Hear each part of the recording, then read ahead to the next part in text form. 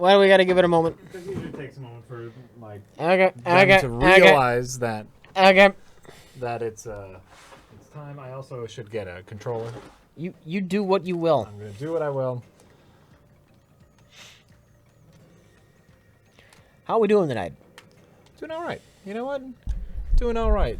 You know what I got a chance to do today? What? Which I haven't had a chance to do in a while? Yeah. Play some Horizon Zero Dawn. Okay. I was having a pretty good time. Got a little further in the story. Finally figuring out, what exactly happened, where I'm from. It's great. I had a full day yesterday. I didn't have time to do much of anything. It's a shame you weren't there, Jack. Jay sent me some pictures. You would have had a lot to say. Oh yeah? Yeah. About something you did yesterday? Then of course there is the picture, which isn't that amazing? I can't believe it. Did he say how that happened? I called who instigated my second the choice. thing that caused the thing that happened. The thing that caused the thing. I called who it was. You know what? So many things we can't tell you about. I know. But hey, some things we can tell you about. Happy April Fool's Day, everyone. Oh, that was yesterday, Jack. That was yesterday. But you know what? They finally got to see the greatest review ever of Horse Ninja. Wow.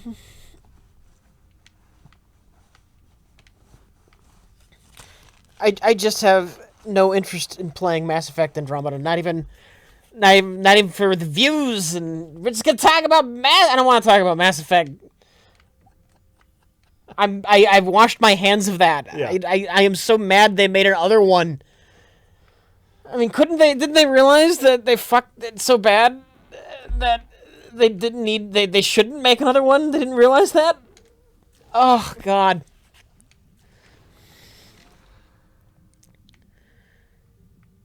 What are you playing? What am I playing? I am playing Catacomb. Wait, switches can also be hit from afar. Oh, I see.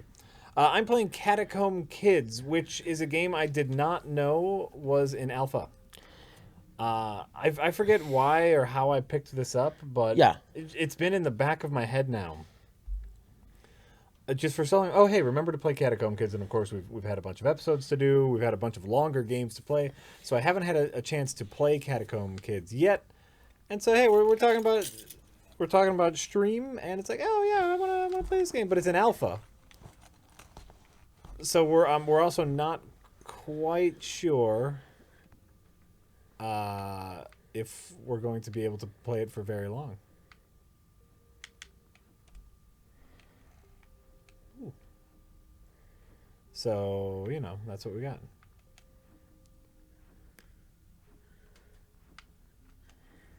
Nope. Oh, you fucked up that roll, Jack. Did you pick up a ghost? Huh? Did you become a ghost? Oh, no. Or maybe, I don't know.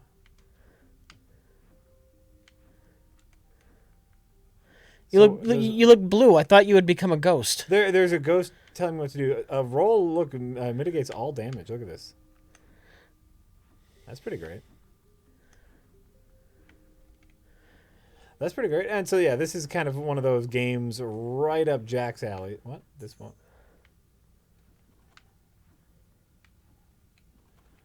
It's one of those games that is all about, that Jack is all about. What? Oh, there we go. There's a little ghost that tells me what to do. Person in the chat, I have no idea how Mass Effect can still be your favorite universe. No idea. Mass Effect to me is the place where I was on a fun, epic space adventure, and then once I finally got to the last act of the space adventure, I was forced to agree morally and philosophically with the enemy I had been fighting throughout the entire epic adventure, and then I was given no other option but to horrifically and gruesomely kill myself. I was forced to commit suicide by the game. That is not a universe I want to spend any more time in.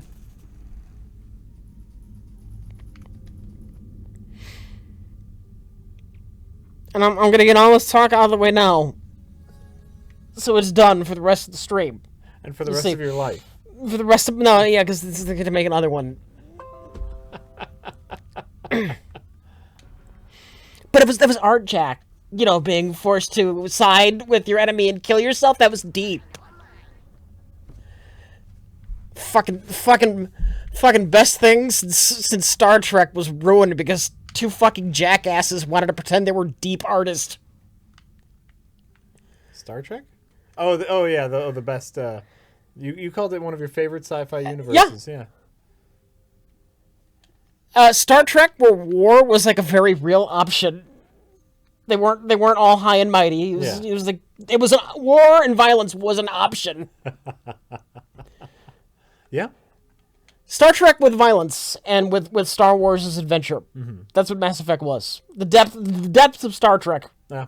Only with violence. Ooh, that sounds great. That sounds great. Art equals shit. No, pretend art is shit. When somebody wants to feel like they're deep and they make all the wrong decisions, that's not art. That's somebody pretending they're deep. Yeah. Mass Effect 3 was a jackass. Two jackasses with a fucking big head. Is what that was. There was nothing actually relevant or artistic or wise or smart about what they did. Nothing.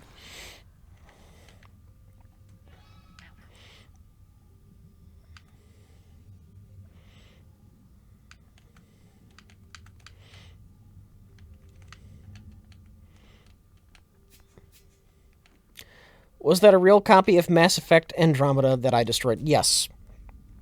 Also, if you watch the whole thing, I also destroyed Mass Effect 3, Mass Effect 2, and Mass Effect 1. Yes. Somebody in the chat was wise enough to realize that those were my actual copies of the fucking games. Yeah. Then they had an edit. But I noticed that the Mass Effect 2 and 1 were the Xbox versions, so those probably weren't. That was fake. No, it wasn't. When I first discovered Mass Effect, I didn't know it was even on PC. Oh, sure. So after 2 came out, there was a lot of ads, and I was like, you know what? What's this hype all about? I'll get myself a used copy of Mass Effect 1, and I didn't know it was on PC, so I went to the game store, and I got a used copy of the Xbox 360 version. Oh. So my first playthrough of Mass Effect 1 and 2 was on the 360. So those were the actual discs I played that I cut up. Right, those were your... Those 1, 2, and 3 games. were my copies. Yeah. I couldn't destroy the copies I eventually got on PC for 1 and 2 once I found out they were on PC. You know, digital. Yeah. You can't do that. Right. But no, that was me just shredding my old copies.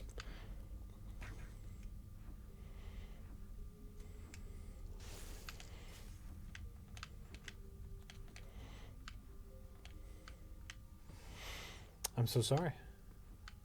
Would I play it if it weren't attached to Mass Effect, or were just called Andromeda and its own thing? I don't trust BioWare, like, at all, and I don't know why anybody would.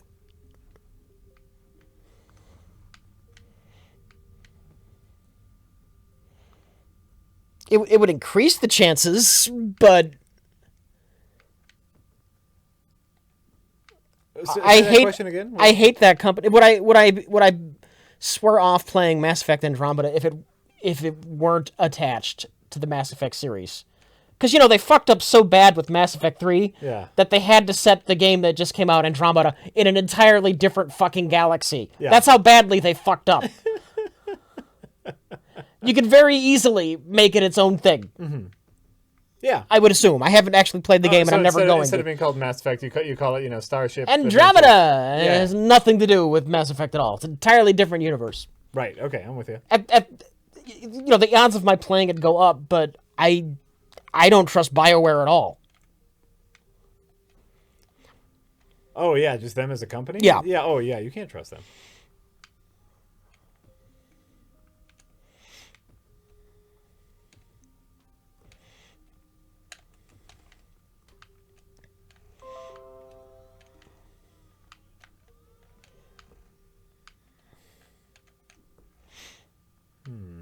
What made Mass Effect 1 and or 2 so good? It was a damn fine science fiction universe, and they really made you feel like you were in that universe. You weren't, even when you were, they did a good job of masking it. You weren't going on the linear story. You weren't going on a fucking Naughty Dog movie. They put you in the universe. What are you gonna do? What decisions are you gonna make, Commander? Did this person live or die?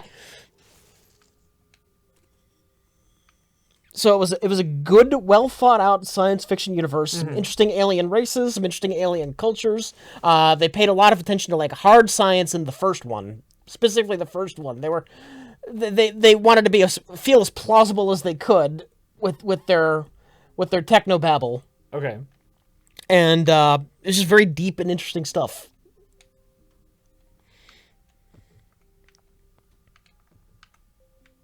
And now it's a universe I don't want to step foot in again.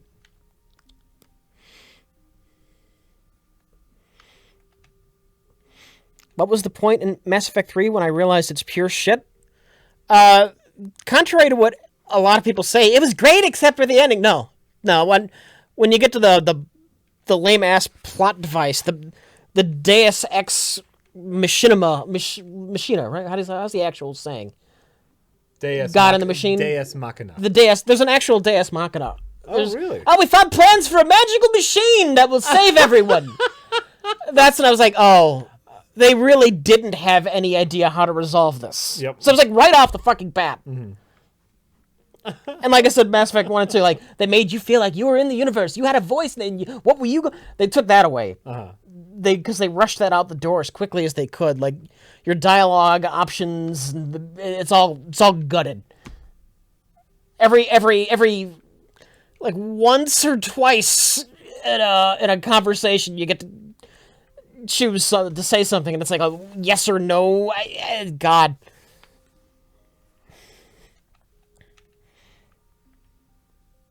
So Mass Effect 3 was garbage from the start. You only like that game if you masturbated over Tali, because they paid a lot of attention to the subplots, and they didn't give a fuck at all about the main story they had been dealing with for 3 games.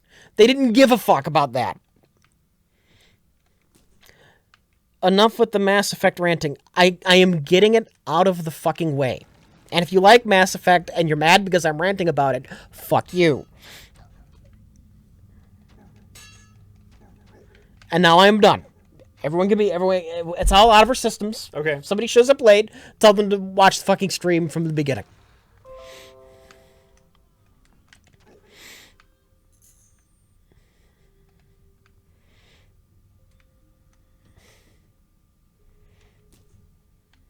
Great. That seems reasonable.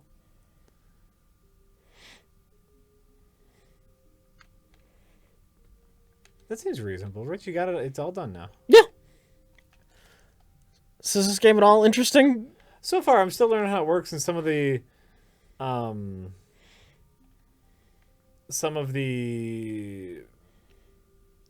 what do you call it? Some of the user interface is a little clumsy because obviously it's in a very early alpha stage. Like for most of that Mass Effect talk, I was just trying to figure out how to open a chest. That's the wise course of action. Yes. But I liked Jack. What? So I figured out how to open a chest, so we're good. Okay. So I'm getting there.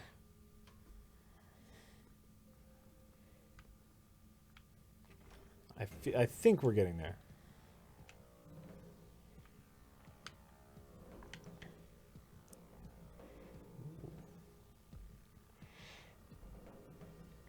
Can we consider Electronic Arts to be morally bankrupt? This has been just, like, obvious for over a decade. That's just not a question.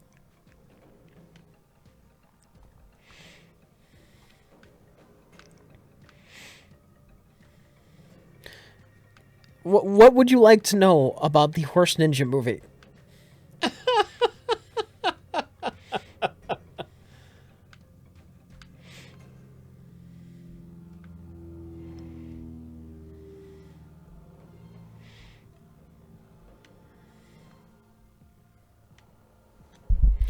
Rich, you're quite a bit louder than Jack. That's always the case.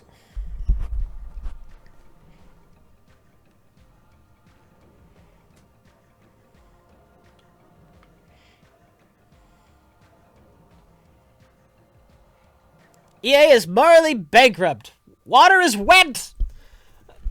You know, what you're asking here, like what are the morals of business, right?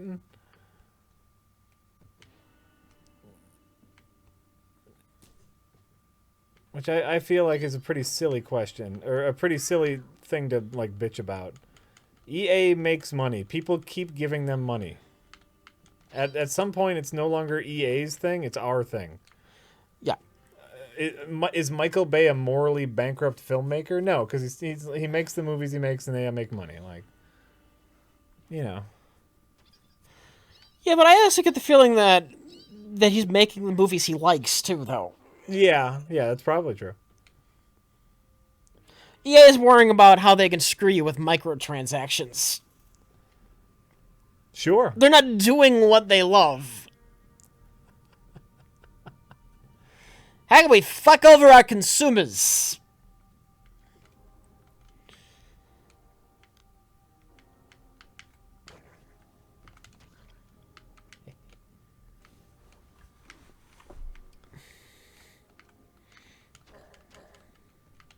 Ooh, hello.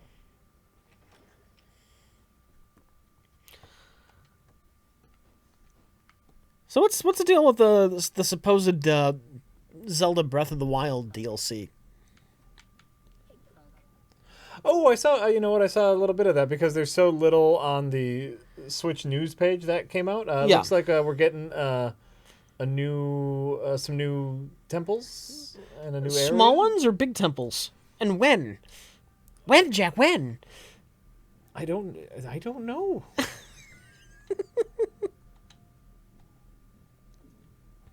Oh.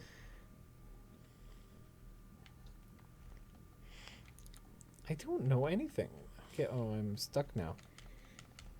I'm stuck. Oh, I took a potion and it's killing me.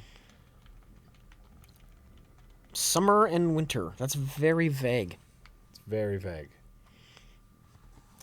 Okay. And I've died. So there's more than one big thing we're getting. There's 2 announced DLCs. One DLC is an entire dungeon, and I think it's like more story. How weird to get a Zelda game with DLC. With DLC, it is. It feels weird. Yeah. Now even Nintendo has fallen to the DLC monster. Yeah. What's wrong with his face? He's got a mask on.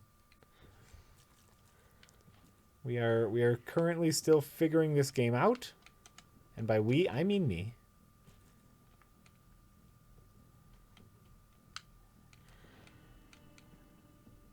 Can't stop talking about those horrible Nintendo games. I only have a PC. I will never be able to play them. Not our fault.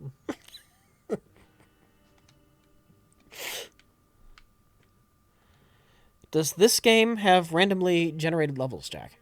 Yes. This is indeed a roguelike. Randomly generated levels, randomly generated all sorts of shit. But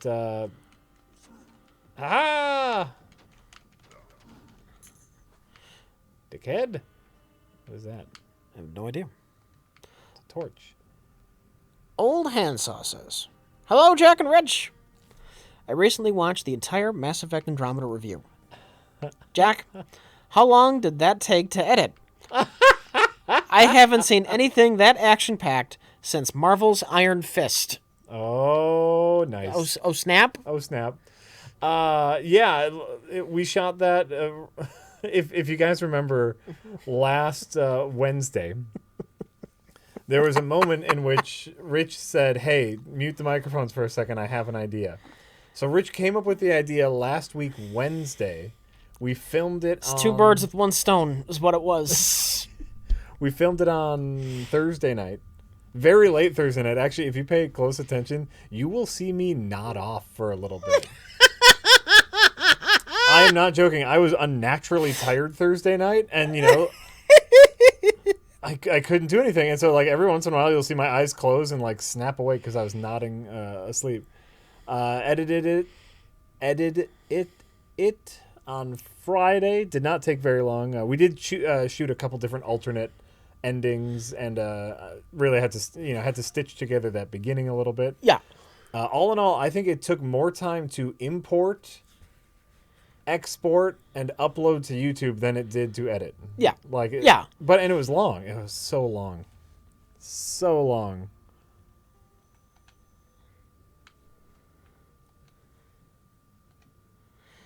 Thauticus says, many thanks for a good April Fool's prank, especially Horse Ninja. Mass Effect Andromeda Destruction was something I did not anticipate, but you did it, and I commend you for your bravery. Bravery. Wasn't brave. It was washing my hands is what that was.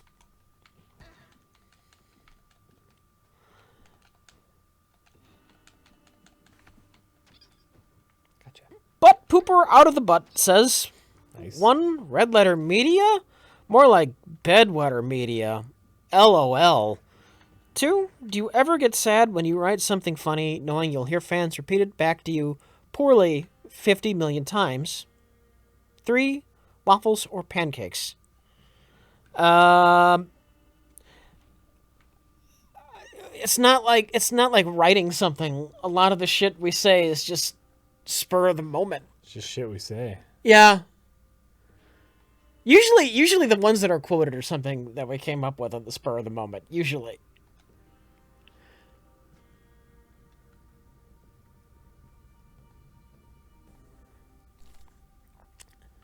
Yeah. Like I think the birth of pizza rolls was Mike was recording the review and he stopped to make himself a snack. he stopped to make himself some pizza rolls and that made it into the recording. He ran with it. Really? I haven't asked him, but I would almost certainly bet that's how that happened. Oh, that's really funny.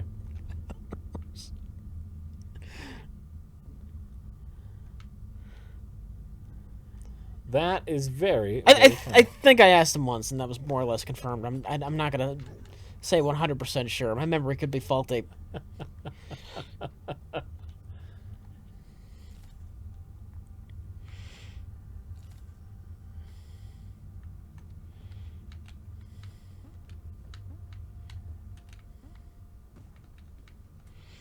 Anyone catch the Rick and Morty premiere? Did they do a April Fool's thing? They did an April Fool's thing that it was an actual Rick and Morty episode. Really? Yeah, on April Fool's. So they did a non-April Fool's. They did a reverse April Fool's. Now, is this an appetizer, or did this new season actually start? This is the first I've heard about it. Oh yeah? Yeah. I figured you'd be all about it. It was only yesterday. I just didn't hear about it. I spent most of yesterday at work. Oh, sure, that's true. You had shit to do yesterday. Yeah. You had shit to do yesterday.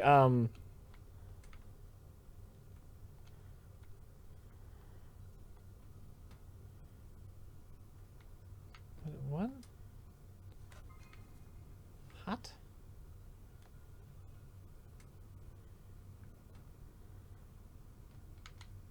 What?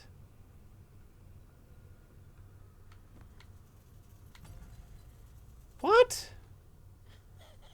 On the contrary, the April Fool's was that there was no Samurai Jack. I got super pissed, even though the Rick and Morty episode was great. Oh, they replaced Samurai Jack. Okay. Oh, interesting. April Fool's. April Fool's, no Samurai Jack, but April Fool's, here's Rick and Morty. Yeah, Rick and Morty is the best thing. It's fine. Samurai Jack might be fine. Might be great. Rick and Morty is the best thing. It's fine. You know what? It's fine.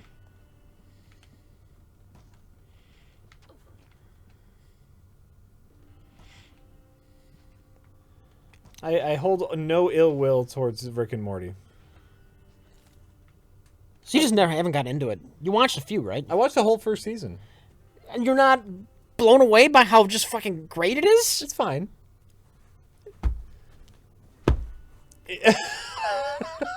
It's perfectly fine. Like I get why people like it. It's just, to me, it wasn't the most spectacular thing ever. I'm not a huge fan of they're kind of improv their way through the scene. Plus, you're not as cynical as I am. It's a very cynical show. It's a very cynical show. No, and it's funny. Like, I think it's good. You know, it's a good show. It's fine. I'm not a huge fan of their loose improv their way through style. I hate Rick. I get it that it's part of his character, but the fact that he burps every 12 seconds really annoys me. It really annoys me. I don't like it. So I'm sure it's fine. It's a good show. It's just not. It's not my thing. It's not my. I will say that I haven't liked the interdimensional TV almost fully improv episodes as much as some people. Not that I hate them by any means. Sure.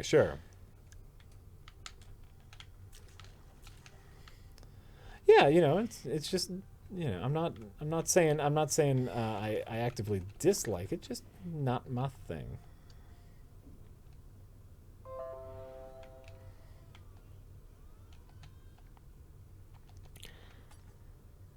Huff-Hearted says, Jack, What? my kids have been listening to your Hey Hey Hee Hee song. Any chance of a sequel? Also, I'm assuming you were a band kid. What instrument did you play? A band kid? No, I was not a band kid. I certainly was not a band kid. What music do you do? What music do I do? What instruments are you proficient in?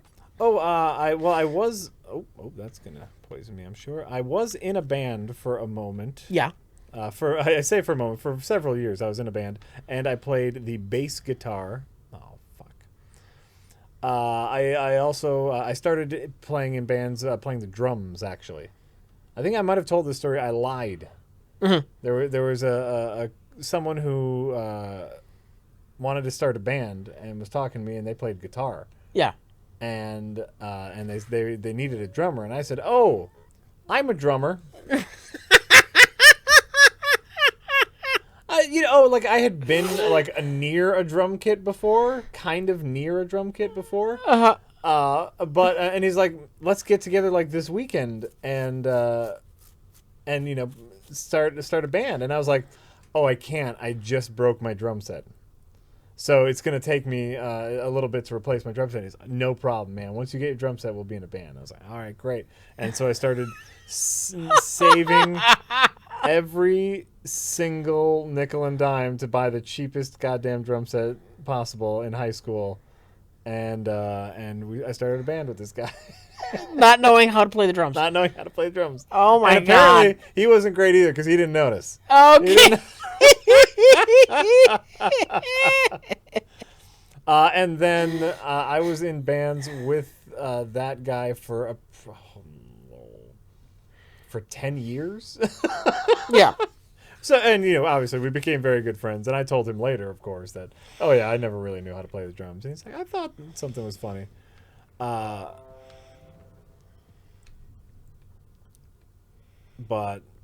But yeah, so I started playing the drums, and I'm a pretty all right drummer. I can drum okay. I can keep a good beat. I keep good time. But then I played the bass, and I really enjoyed playing the bass guitar. Yeah. Yeah, and so I played bass guitar in rock bands for 8-10 years, and it was great. I had a great time. This game looks really boring. I haven't figured it out yet, so I'm gonna say yes.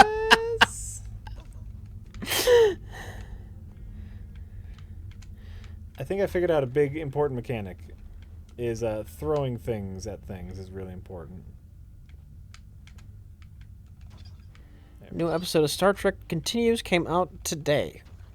I'll have to look into that. Star Trek Continues. I guess I should explain that. A lot of people who don't know. Yeah, what's Star Trek Continues? Is a fantastically made Star Trek the original series fan show. Oh. They do their own episodes of Star Trek TOS. Oh, I think you showed that to me before. Yes. Like the acting is almost all bad. Though once you get used to his voice, the guy who does Kirk is actually really good at doing Kirk. Obviously not quite the same voice as William Shatner, but he uses it. Sure. In a very Kirky way. In a very Kirky way. He says things like Kirk would.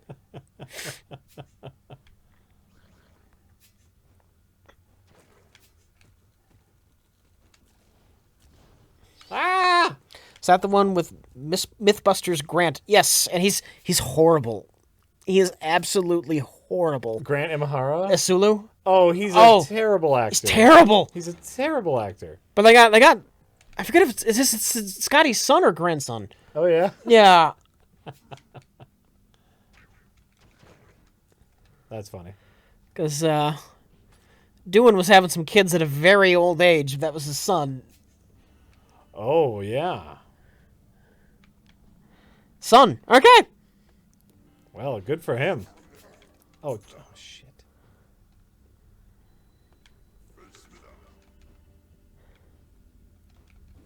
Look, if Star Trek Continues is still going, good for them. I don't know how they got around the whole AdXR thing with Paramount putting the clamp down after Star Trek NXR, the would-be fan film that was stupid enough to sell merchandise. Crowdfunded themselves, a fucking shitload of money Yeah. so they could have their own film studio to make a Star Trek fan film. Like, of course fucking Paramount had to come down with the hammer. Oh, yeah. And I don't blame them one bit. Because, that's ours.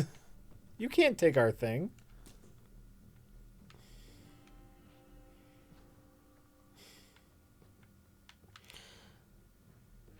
If they're not making money, it might be okay. They're selling merchandise! if Paramount Pictures is also selling merchandise, and they're competing with Paramount. With Paramount's intellectual property. Yes. That's it. Like, that's the number one thing there. Even if they have some bullshit about, well, we're only funding the movie with the merch, whatever. No, you can't do that. Yeah, totally illegal. Totally illegal, even for Rich, who's kind of like in the gray area of what's illegal and stuff. No, I mean the Continue guys. Yeah, they're skirting the line. I mean, They're skirting? I think they've had Kickstarters to, like, raise money for, like, the sets. Oh, have they?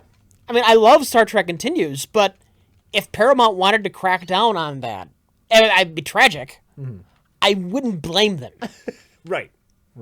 I would not blame them. I would be sad, but I would get it.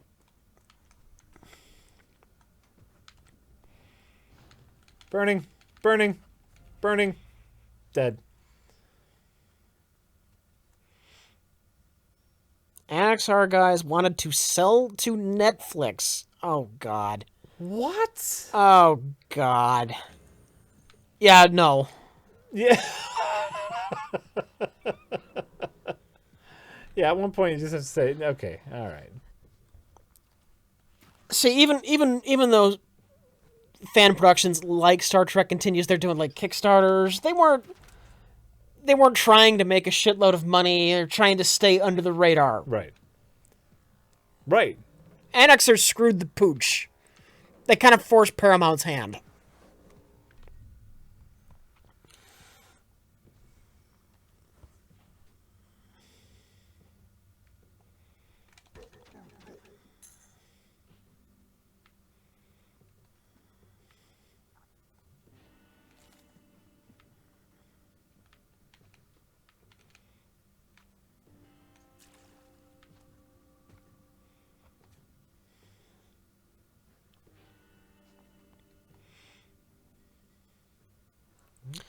All right. Anonymous says, "Hey, Jack, thanks for talking about the PS4's button rebinding a while back.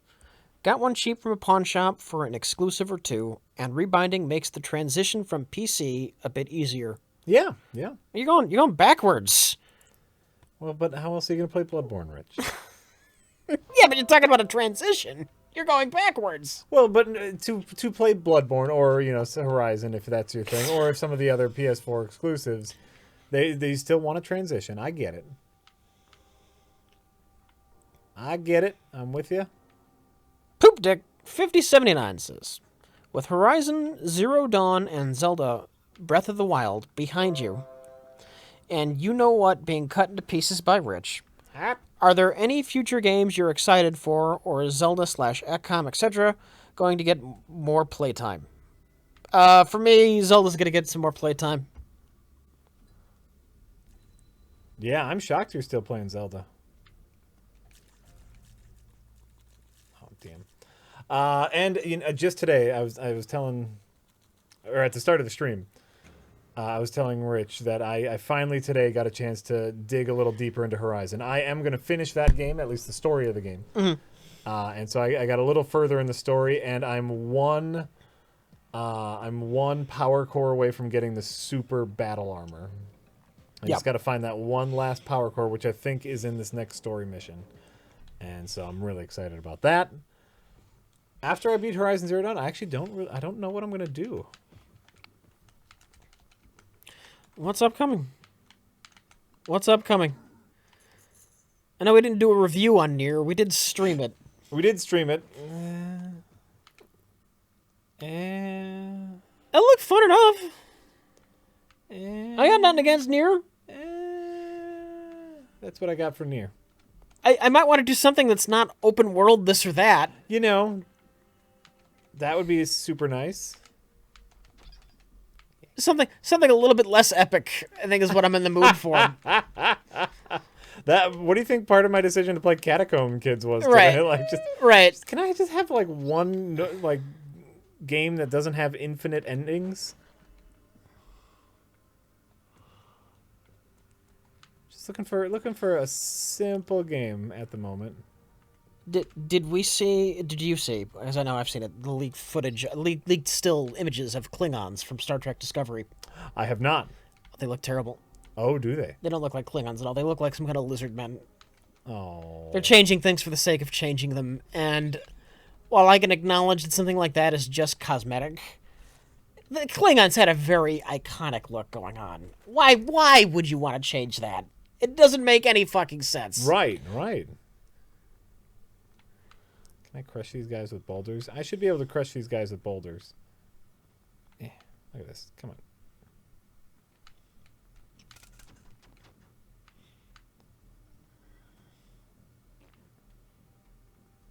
We don't know that those are actually Klingons. I that's the speculation, though.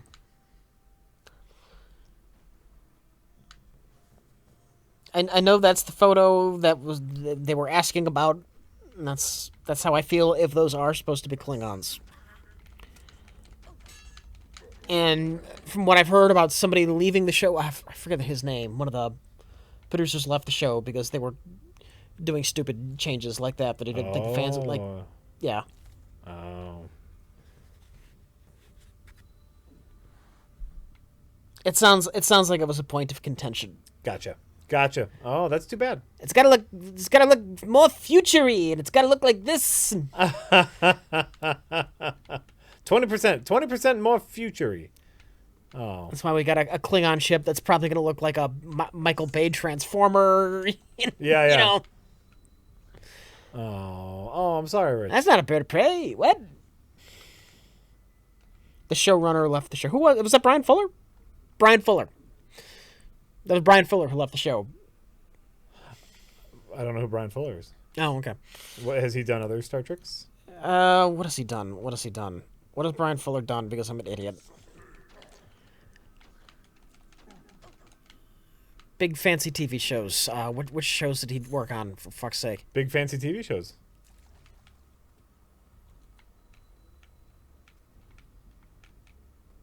Hannibal. Yeah. He did Hannibal. Okay.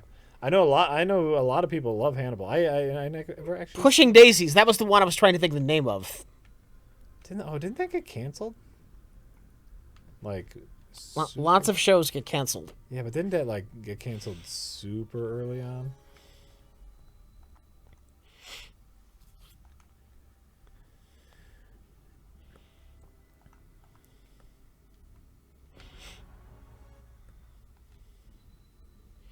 Dead Like Me. All right. Dead Like Me got canceled super early on too.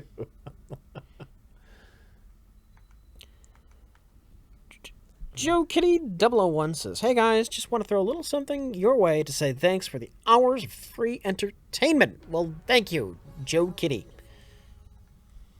Joe Kitty. Yes, Joe Kitty Joe 001. Kitty. So the first Joe Kitty. Oh, yeah.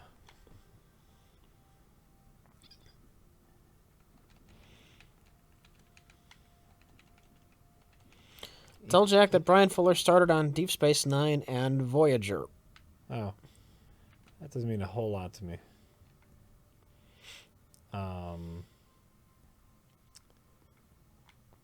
Because I'm not a big Deep Space Niner. Deep Space Nine is fine. I know, yeah, you like it, I know. I'm just not a big Deep Space Niner. Niner, I'm sorry, is that a Niner? Did you throw a Niner in there? Voyager's the one that's ass. Most of the time, yes.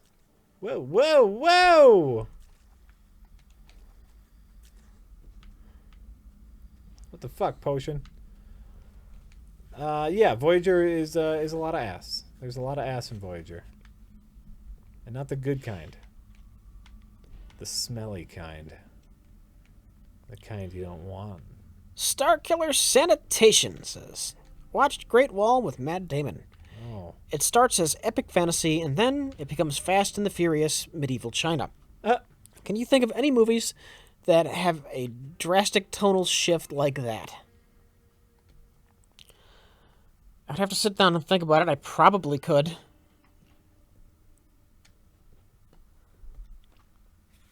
Not off the top of my damn head, though. Drastic tonal shift? Yeah. Partway through. There's things like Slaughter High. I was gonna say or Aftermath. Remember that? Yeah, Aftermath. Remember that had like 3 tonal shifts. I can think of shitty best and the worst movies that have done that.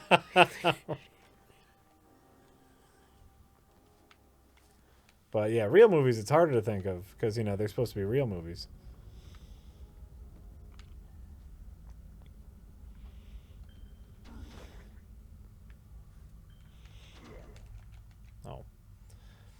Yeah. Star Trek Discovery is dead on arrival. I think it's a bit early to say that. There might be some ugly design choices. That doesn't mean the show's gonna be ass. Right? No, and I see a lot of people mentioning adaptation as having a harsh tonal shift. Mm-hmm. Did you see that? Adaptation with... I saw Big John Malkovich. I did not see Adaptation. Oh. And so I won't spoil it for you because you should see it. It's a very good movie. Okay. The harsh tonal shift in adaptation... Very deliberate. It's done... Like, it might have been... Because, adaptation is supposed to be this adaptation of a novel of Magnolia Thieves. Yeah. But what it turns into is an adaptation of Lloyd Kaufman's writing process of writing the adaptation to a book about Magnolia Thieves. Okay. And it's great. It's a great movie. And for the third act, there is a super pull the handbrake 180 tonal shift that makes complete sense in the story. Whether or not that was the intention from the start of the adaptation is up for debate, but it makes so much sense in the story that it is fantastic. Fantastically done. Adaptation's third act is meta. It's great. It's crazy. It's crazy.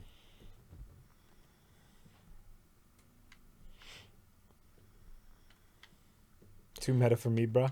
Sorry, man. Sorry that it's too meta for you. Get in on it. Get in on the meta, man. Dishter says, "Speaking of questionably legal fan shows, have you guys heard of Team 4-Star and or DBZ Abridged? Do you have any thoughts?" I have no interest in the Dragon Balls, so no thoughts there, assuming DBZ is a reference to Dragon Ball. I would assume so. And I have no idea what Team 4-Star is. Great. Neither do I. I'm with you. I'm assuming DBZ Abridged edits the entire series down. It edits the slow standing around before the fights out, and the entire series is 25 minutes long. Once you trim all the fat out. The entire like 3 seasons are 25 minutes long. Yeah. Yeah.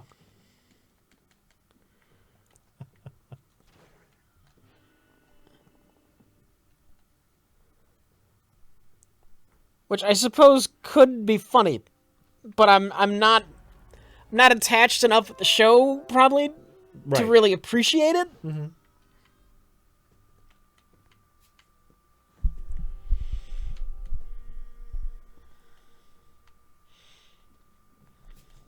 You're close. It also dubs it with funnier dialogue.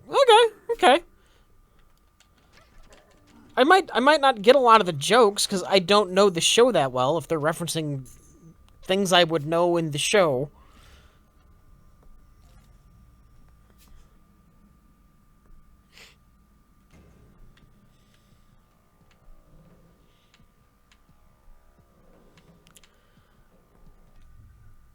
Have you seen any cool documentaries lately? Have you seen any cool documentaries?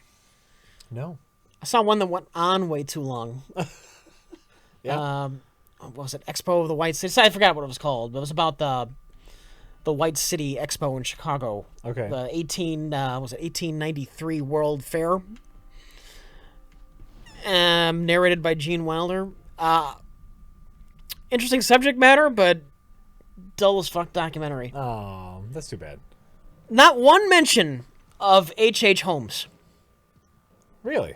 Yeah. Do you even know what the fuck I'm referring to, by the way? H.H. Holmes sounds very familiar. Okay. Was he? No, okay. You go ahead. The 1893 World's Fair. Okay. It's a follow-up to the 1889 Paris World Fair, where they actually unveiled the fucking Eiffel Tower. Oh, okay. That's a tough act to follow. It was a tough act to follow, but they tried. And they may have succeeded, even though they didn't get a lasting monument out of it. It's fairly famous. They built like this mini little city in what used to be a swamp in Chicago. Okay.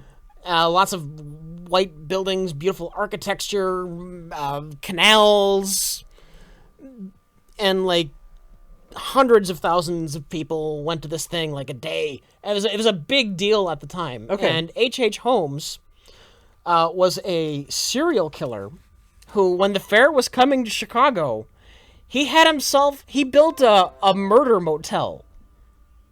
He had a motel built that had like secret passages and like rooms he could flood with gas and torture rooms and places to hide bodies. And throughout the length of the fair, he was taking girls who had come into town to see the fair, and he was horrifically killing them in his murder motel that he had built specifically for the fair. Not one mention of this man in the documentary about the 1893 World's Fair. Well, that's probably not something that you want to talk about. That's probably a point of. Karen has told me they're making a movie about it. Oh yeah. I want to see it just so I can see a Hollywood's take on what the fair looked like, because it burnt down just like a month or two after the fair ended. It wasn't built to last. Everything was like wood and flammable materials. Actually, during the fair, they had a fire in like the refrigeration building that killed like 7 firefighters. Oh really? Yeah. Oh my god. What a clusterfuck. What a clusterfuck. Devil in the White City. Okay. Yeah, but I heard that's the book. I heard they're making a movie based on the book. Yes, Scorsese and Leonardo DiCaprio is playing serial killer. Oh. Nice.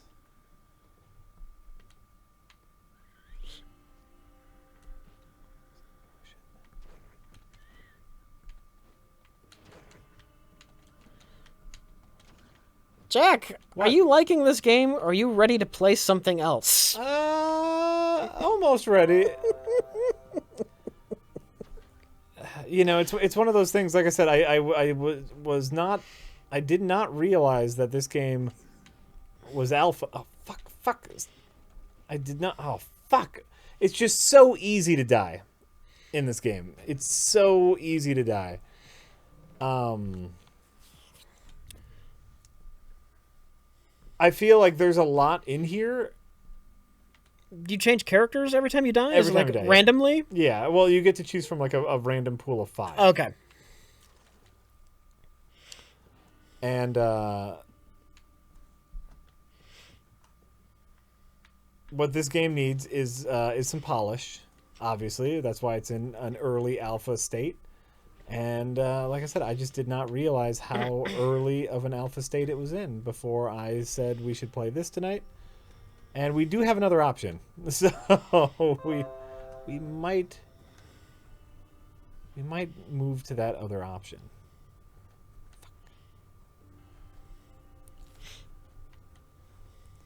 See, like now I have poison, and I'm probably gonna die.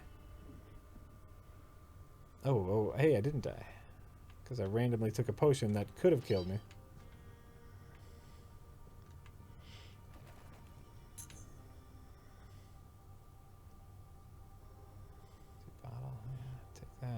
But I'm learning. Like every game like this, you know, especially like, you know, modern roguelikes have their little intricacies in what do you say? How do you say that? Incentricities. Idiosyncrasies? Sure. Oh, this shit has shit like this. How do I feel about NASCAR? It's boring. Unless somebody is dying or blowing up. I guess if you blow up, you die. But I guess, you know, I'm thinking like just a car crashing, not necessarily somebody dying or an explosion per se. But it is the dullest thing in the world. NASCAR? Yeah. Absolutely. You know, even like races with more than 4 turns can be exciting.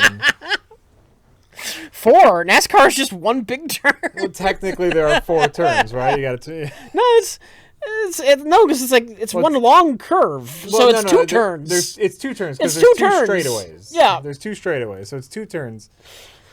Someone tried to explain to me why NASCAR was exciting. I don't get it. I don't get it. I don't get it. And they're like, no, but you don't understand. Like, we were there, and when they drive by you, they are going so fast. And I was like, so? I'm watching on TV. They look slow. Even if you're there, what does it matter if they go by you really fast? How is that impressive?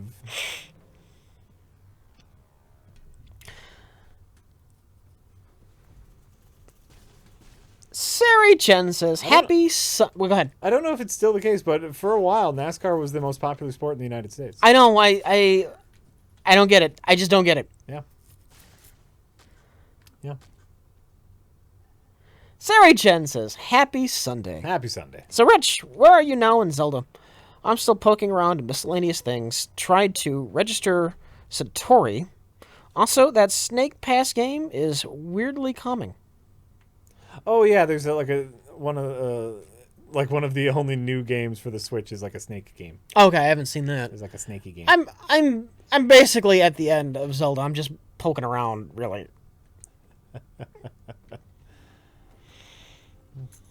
That's here, and I did bring my capture card.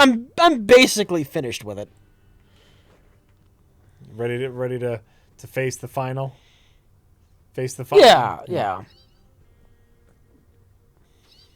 Ooh, potion of invincibility, invisibility. Interesting. Not really in the mood to move on to anything else either at the moment. Yeah. Well, like I said, you know, for me, I'm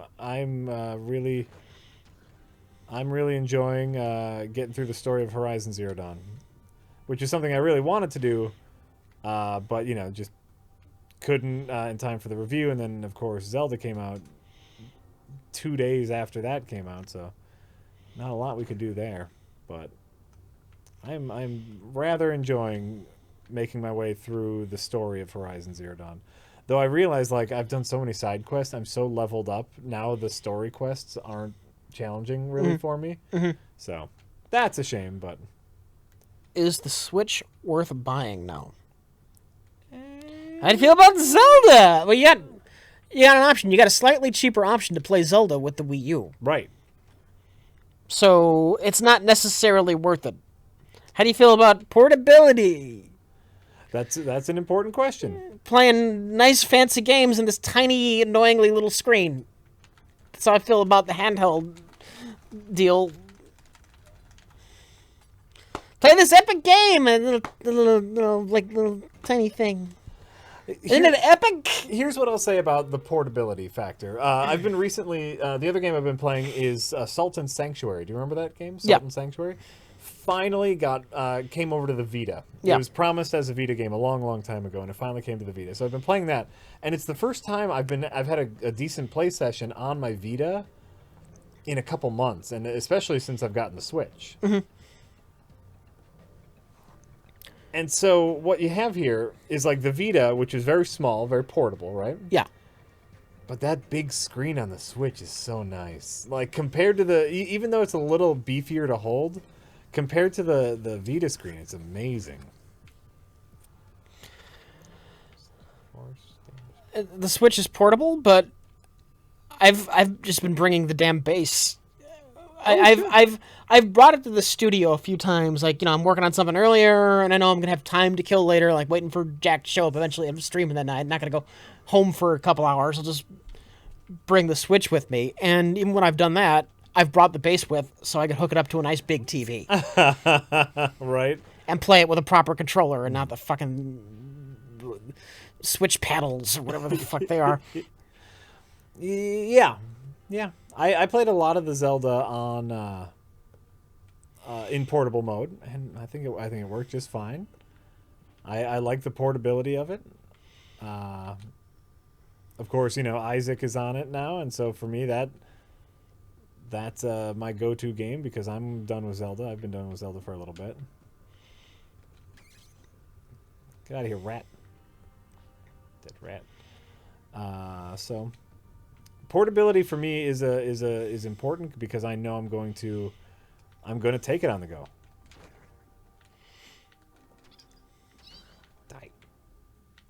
So I know for you it's not that big a deal. I do. They came out with a patch recently for the Switch version of Zelda that apparently fixed some of the frame rate issues. Okay. It doesn't matter for me because I'm done playing Zelda. I don't know if I just had a Switch, they put an extra bit of RAM in there or something. But I didn't have that many severe frame rate issues. Like that clip you showed during the review. I never had anything that bad. Really? Yeah. And that was the worst. Yeah. And it never had, like those clips, like how long they were, that's how long it lasted. Was that playing it in handheld mode or something? No, because you can't record. You can't record? You can't record.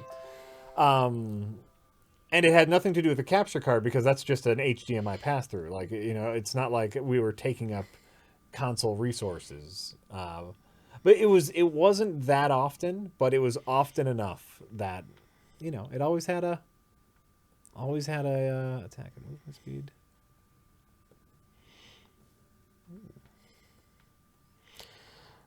RLM ever been offered live appearances? They asked Mike to go to a film festival in, where was that, Denmark? Germany? Or It wasn't Germany. it was somewhere. I think it was Denmark. Yeah, and he went. He went.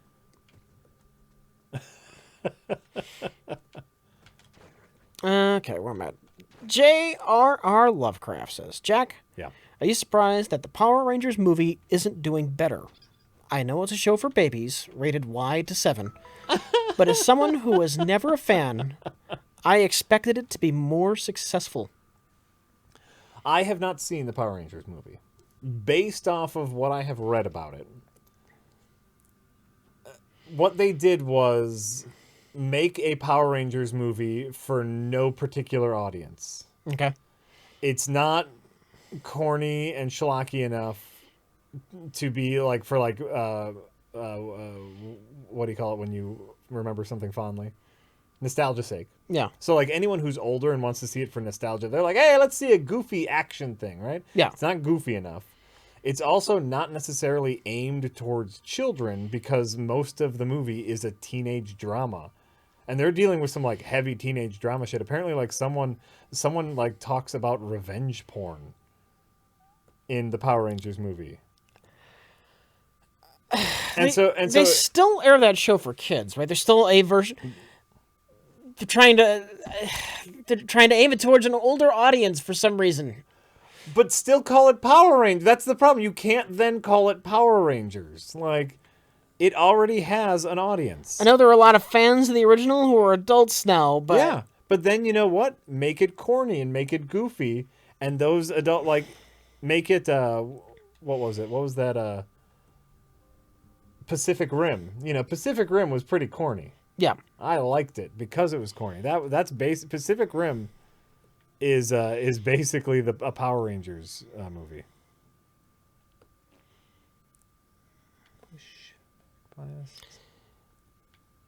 Dysphoria Blues says, I subscribe to RLM on Patreon and Prereq on Twitch today. Now that I've graduated and getting that sweet, sweet bachelor's degree money, I can finally pay for all the great content you guys craft. Well, thank you, Dysphoria Blues. I got the blues, I'm Dysphoria Blues. Oh. Just need a harmonica. Dysphoria Blues. Shit. Just beat the shit out of that guy. Dysphoria Blues. Was born with a penis. Don't want none of that. Gender dysphoria? Is there any other kind of dysphoria? I've never heard that used to refer to anything else. I think dysphoria is just a general state of confusion. Is it? I believe so. I've only ever heard it referred to, used in the case of gender dysphoria. What's gender dysphoria? Transgender. Oh, okay.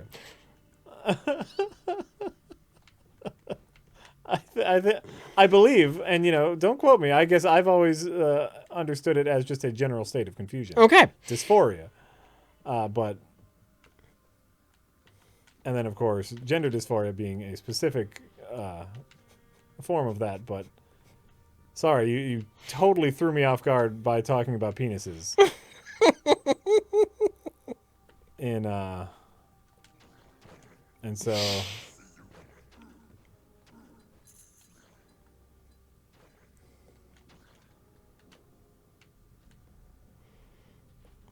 Potion of invisibility. Captain Blue 42 says, "Hi guys. What was your favorite April Fool's Day joke, online or off? Mine is a tie between Rick and Morty premiering season 3 with no fanfare and Reddit's r/place. BTW, have you seen Place or Rick and Morty?" I was working all fucking day yesterday, so I did not. I'm only just now hearing about some of these April Fool's Days jokes. Oh yeah, and I don't even know if I know of any April Fools. Oh no, actually, you know what caught me? You know what caught Lisa? Is we were watching Saturday Night Live, and then we realized it was a rerun. But for a little bit, we were watching Saturday Night Live, and I think BMW had a commercial. And the BMW commercial was about a new BMW, and this was an on-air TV commercial about a new BMW auto driving system. Yeah. That would take control of other auto driving cars if they were too slow and move them a lane over. Okay. If they were in the left-hand lane but driving too slow, it would automatically move their car over for you. And Lisa was like, "Wait, can they do that?" And I was like, "Honey, it's April Fool's." And the commercial ended with "Happy April Fool's Day." But you know what? I thought it was cute. I thought that was a cute one. Spikes.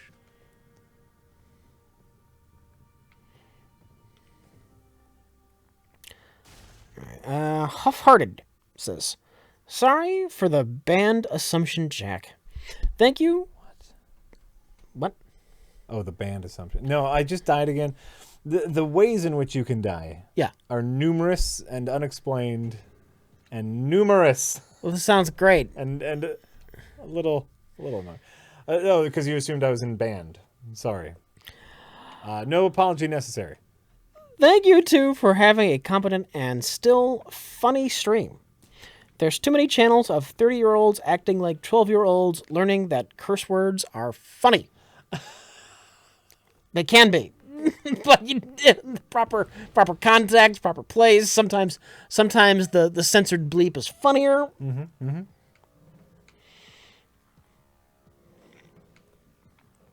The punctuation, though, they're not the joke themselves. That's true. That's true. If you find yourself if swearing is the punchline, if a swear word is the punchline, you might be doing it wrong. Just a friendly heads up. Darren Sad says, have either of you seen Logan yet? No. I'm too busy playing Zelda and doing work here. Yeah, I haven't. You know what I did see? I saw a movie not on my need to see list, unfortunately. Unfortunately, just because I haven't seen the movies that I want to see. But Karen, it's movie night. Do you want to see a movie about a guy who sticks his claws through people's heads? That's gonna go over. It's gonna go over like a wet fart. and that's why we were. It was family. It was family movie time. So you got to watch a movie that the whole family can enjoy. We saw Fantastic Beasts and Where to Find Them. Yeah. As my 8-year-old has now devoured everything Harry Potter in the world, made it through all the books. I watched all the movies. I will watch the Fantastic Beasts ones. And it's fine. It's a fine movie. It's nothing spectacular, nothing insulting. Here's something actually really amazing about Fantastic Beasts. How much do you know about the Harry Potter universe? Next to nothing. Okay. It's wizards, right? Yeah. The main. And then the wizards, I know they go to school. I know there's some kind of giant, and there's a bad guy called Voldemort. There you go. Basically that's all you need to know. Like, it's just wizarding stuff, right? And so the series of main books deals with Harry Potter, who was the boy who survived. Voldemort was the evil Lord Wizard. Yeah, and Voldemort yeah. tried to kill Harry Potter, but he couldn't do it because Harry Potter parents loved him. He had too much love in his life, right? So that's all the main book. This Fantastic Beasts and Where to Find Them is a movie. That's where they lost me, by the way. The Harry Potter What? story. There's too much love in his life. That's how he survived. Oh yeah. That I was gone. Yep. I was out the door. Yep. And by the way, it's super lame. And at the end of the first movie, like, Harry gets extra points for his class because of love. And it's like, what? Oh yeah, no, like, he gets points because of love, and it's like, well, he didn't do that. His parents did that. He didn't love everyone special. So Fantastic Beasts and Where to Find Them is not a real life book. Yeah. It's not based off a book. It's based off of a book that appears in the Harry Potter universe. Okay. So Harry Potter can read this book, Fantastic Beasts and Where to Find Them, which is basically an encyclopedia of Fantastic Beasts and Where to Find Them. Yeah. So the movie is about an adventure that the author of that book went on. And it's not too spectacular, but here's the great thing, right? Might be spoilerish, but like, I'm not going to tell you how the movie ends, but one of the things that they are fighting in Fantastic Beasts is something called an obscura. And what an obscura is if you are a young witch or wizard and you are forbidden from using your magic and you have a really harsh life, and all of your hate and your anger and your fear manifests itself into your magical abilities, and it turns into this like giant dark cloud that you can't control and just destroys things. Okay. It's teenage angst, basically, right? And that's what they're fighting, is so they need to find like a young witch or wizard who has a really hard life and is forbidden from using their magic. And, overall, it's like, okay, that's a fine thing to fight or whatever. But what I kept thinking of is, you know what? This is really amazing. This is a really amazing new piece to the world. And I kept thinking about you talking about Star Trek and The Legend of Zelda and what a limited world they are. Like, yeah, you got the Rebels and you got the Empire and they fight and the Jedi's there. And you got Zelda and Link and they fight Ganon somewhere. Yeah. And I was like, Fantastic Beasts is just like an addition to this universe that is also equally interesting, but adds to the original universe. It's just like, this is something that happens in the witching and wizarding universe. Like I said, the movie wasn't that great. But Yeah. I was thinking, oh, What a neat piece of additional information to the Harry Potter universe. It was a good bit of world building for a series that is now over.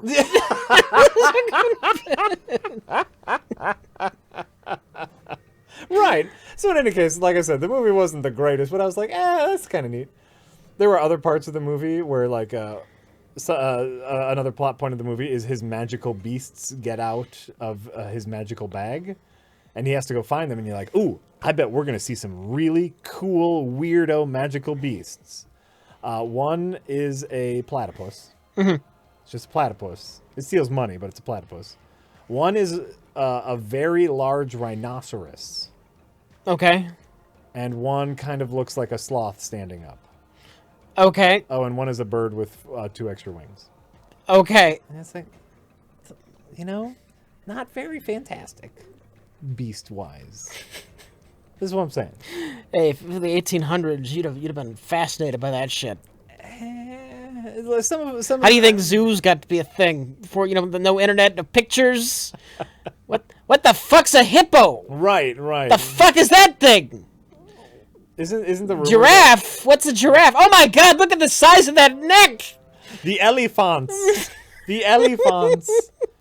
Isn't it rumored that You couldn't compare it to anything. It's you couldn't say that's the size of an elephant. First time you see a fucking elephant, you got no fucking pictures or frame of reference. It's, oh my god, what the fuck is that thing? Right. Somebody in the chat, going back a bit, talking about swears as punchline. Yeah. They're bringing up the infamous George Carlin bit. Shit, piss, cunt, cocksucker, motherfucker. Oh, sure. If you think that was the punchline, just him swearing, and you don't get that was him, like, analyzing and examining why certain words are forbidden and what makes them forbidden, you're missing, like, the point of what he did, man. You're talking about, like, one sentence in an entire 30-minute bit about censored words. And yeah, they're just words. Why are these words? Why can't you say these words? They're just words. What makes these words different from the other words? That was part of a larger bit. Yeah.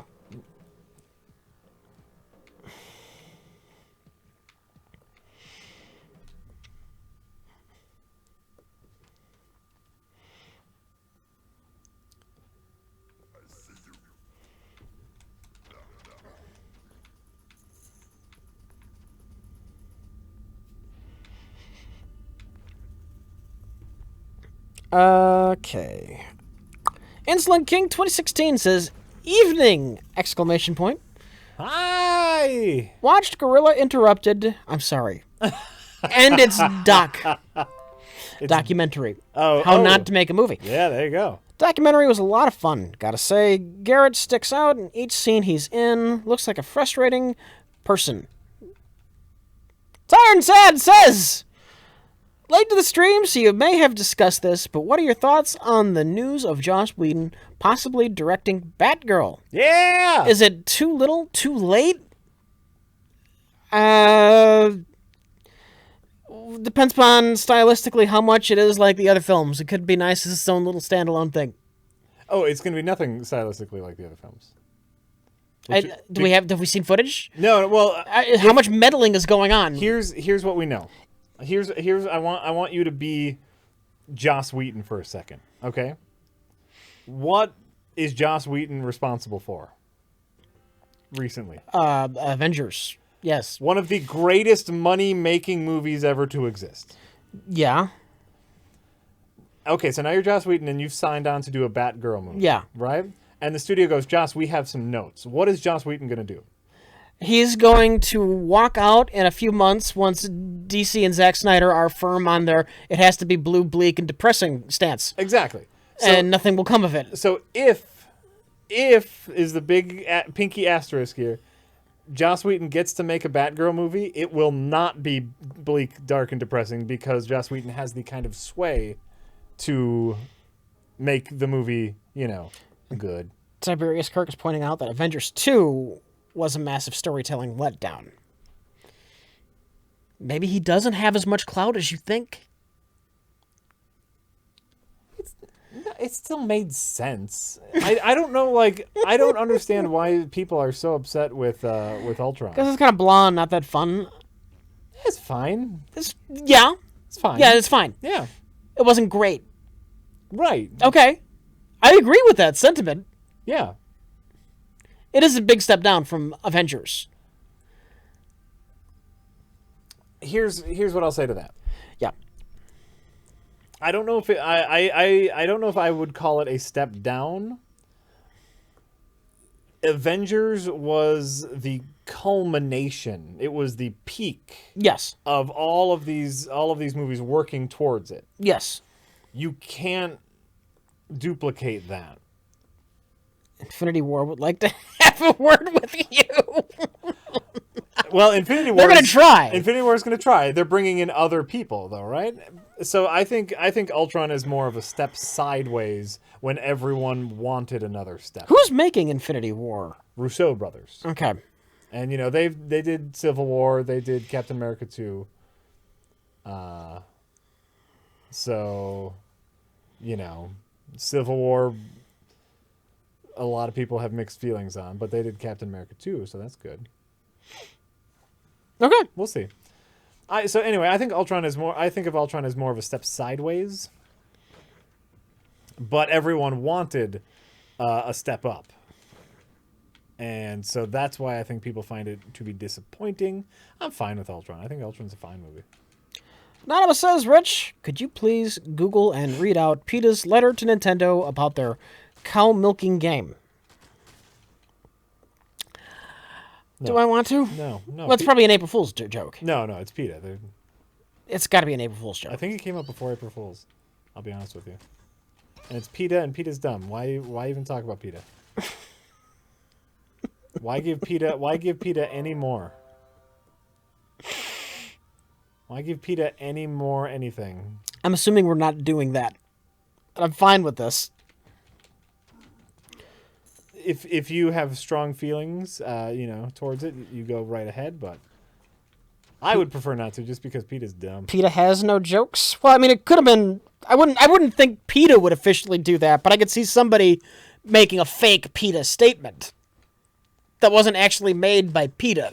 Sure. Oh, sure.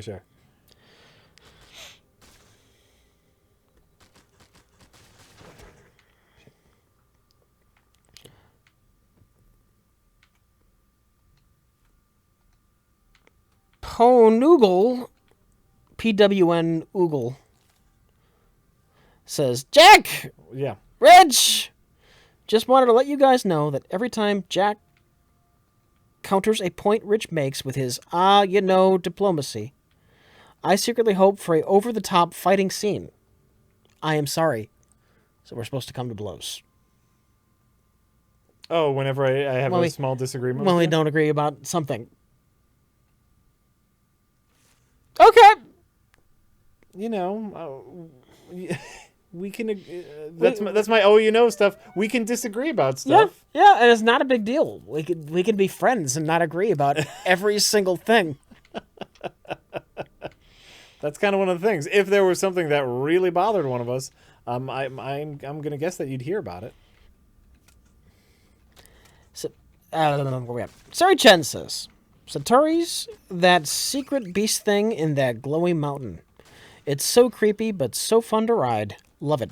And Snake Pass is basically an adorable puzzle/platform rare-like game where you navigate by slithering. I know very little about this game. The snake game? I'm assuming it's downloadable. Watch me not know anything about the snake game. How are you enjoying this? Eh, Is this going to last us the whole stream, is my I point. hope not. You could stop whenever. Huh? If you're not enjoying this, you could stop whatever. We have options. That's true. That's true. Yeah.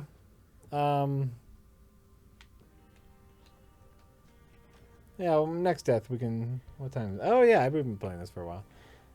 All right, next death I can stop. We could either do the Magica, Sure. or we could try and download the Snake game. My Switch is here. Oh, that's right, your Switch is here. I will leave that entirely up to you, as I've, taken all this. Buster Load says, Buster's back! Sorry if you've heard this before, but do you guys listen to Last Podcast on the Left? All about killers, cults, UFOs. Think you'd like Ben, Henry, and Mark's humor. LOL. Handle my handle. Could be fun. This is the first I've heard about it.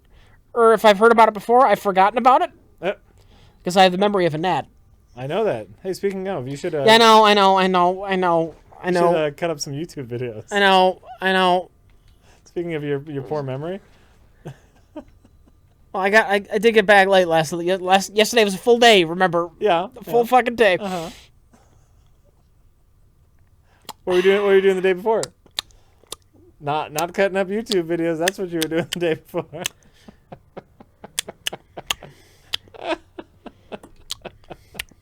Yeah. No. This time it's Lupus says. Started watching while unemployed. On 4 to 10, we'll start a new position after my second promotion in 5 months. Hey. Couldn't have gotten to this high without you keeping me up during the lows. Thanks, guys. You're welcome. You're welcome, kid. Great way to go, Lupus. You did it. You did it. This time it is Lupus. I get that joke. Finally. I think I've always gotten it. House is a pretty sweet show. Yeah, it's fine. You know what? It's fine. I don't have as strong of feelings towards your shows as you do, Rich. We should probably fight about that. We should probably fight about that. Insulin, but... Oh, I'm just dying so many times. Insulin King 2016 says, do you guys ever watch other movie reviewing shows? Fanboy Flicks, Bible Reloaded, or Mystery Science Theater 3000. Riff Tracks is doing Samurai Cop in theaters this month. What would it take to bring you into theaters across U.S.? I don't watch much film reviewing shows as a general rule. I mean, I don't need more of that. I mean, I get enough. I enjoy how it should have ended. Not that that's much of a review show. Oh yeah, that's more just for kicks. Yeah, that's fun. Yeah, I've seen that before. The Bible Reloaded. I know they do some Christian movies, but mostly they're an atheist Bible study, and then they read chick tracts. And I enjoy them, but not necessarily as movie reviewers. And Mystery Science Theater 3000 and Riff Tracks. I mean, I have nothing against them, but if I'm going to joke about bad movies, I'd rather be making my own jokes with my friends. So I just don't have much use for them. And what would it take to bring me into theaters? I think they're probably asking, like, to get Red Letter Media into theaters. Is that what you're asking? I don't know. They could be referring to the fact that I usually don't go out of my way to see many movies. You know what? If the theaters all fucking die and it goes straight to streaming. Yeah. That wouldn't bother me one fucking bit. No. Well, not one fucking bit. Here. You get to watch the fucking, Spider-Man Homecoming on 55-inch TV. Yeah, that's great. There is an experience to the movie theater. Yeah, people farting next to you and kids who won't shut up. Yeah, but I get that at home, so that bitch behind you won't stop talking for some goddamn reason. There are negative experiences. You got to go to the bathroom and you can't pause it because you made the mistake of drinking something before the movie, or your internet's slow. And your streaming service. Everything about going to the theater is awful. Movie, or you don't get the good movies at home. There can be good experiences at the movie theater, and paying $10 to see a movie once and only once. And like when you have them, when you get that group experience where the entire group is laughing at the same joke or moved by the same moment, it's great to be part of a crowd and all having the same reaction is a wonderful experience. So you want to be part of the hive mind? It can be a wonderful experience. There are pluses and negatives to both, and okay, I'll miss it. It's going away. Yeah, by the way, it's absolutely going away, and I will miss it. I will also enjoy seeing movies at home because it's really hard for me to get out of the house in general. Rich, spoken like somebody with Asperger's.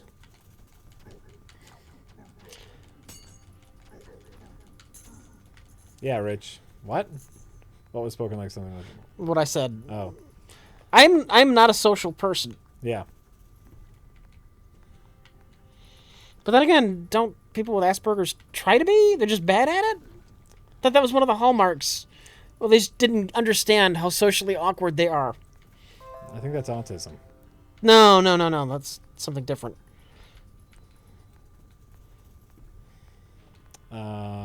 You know what? I don't know. I don't know the proper answer to this. I'll be honest with you.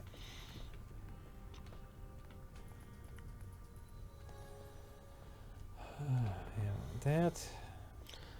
On my next death, 2 deaths later. Oh, it's been like 3 or 4 deaths, by the way.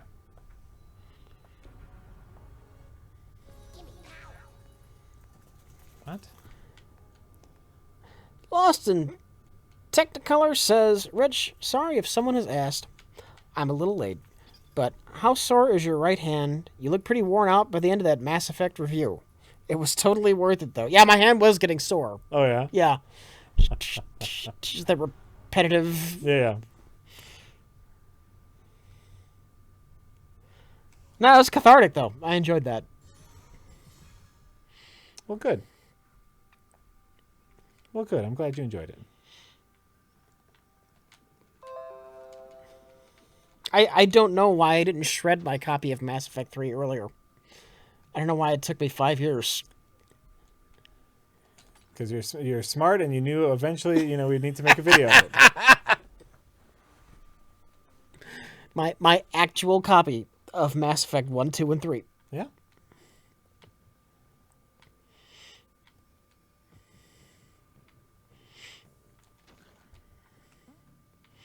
But I destroyed the first one, the best one. I've explained this before. Trying to play Mass Effect 1 after Mass Effect 3 it's like being in a funeral procession.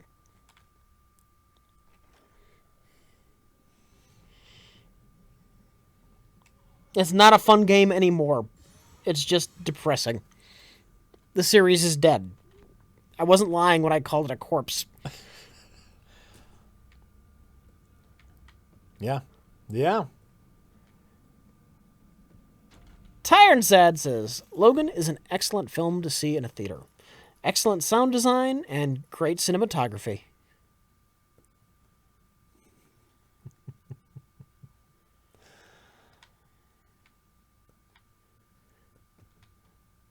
MC Lucas says, Jack, I'm Jack.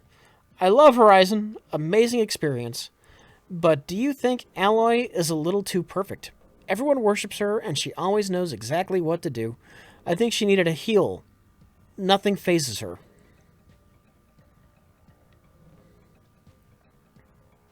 I wouldn't say everyone worships her, especially not in her home village.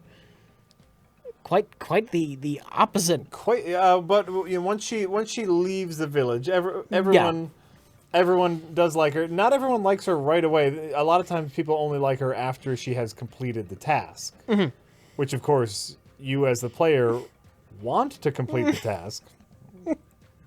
And I guess it didn't bother. I never noticed it enough to bother me. Too many characters like Mario. What are Mario's faults? Everyone seems to like Mario. Obviously, Mario is not a fully fleshed out character. I don't know. I guess I'd call bullshit on your statement because there are people actively working against Aloy. What are Mega Man's faults? Again, not a. Yeah, how about something a little more modern?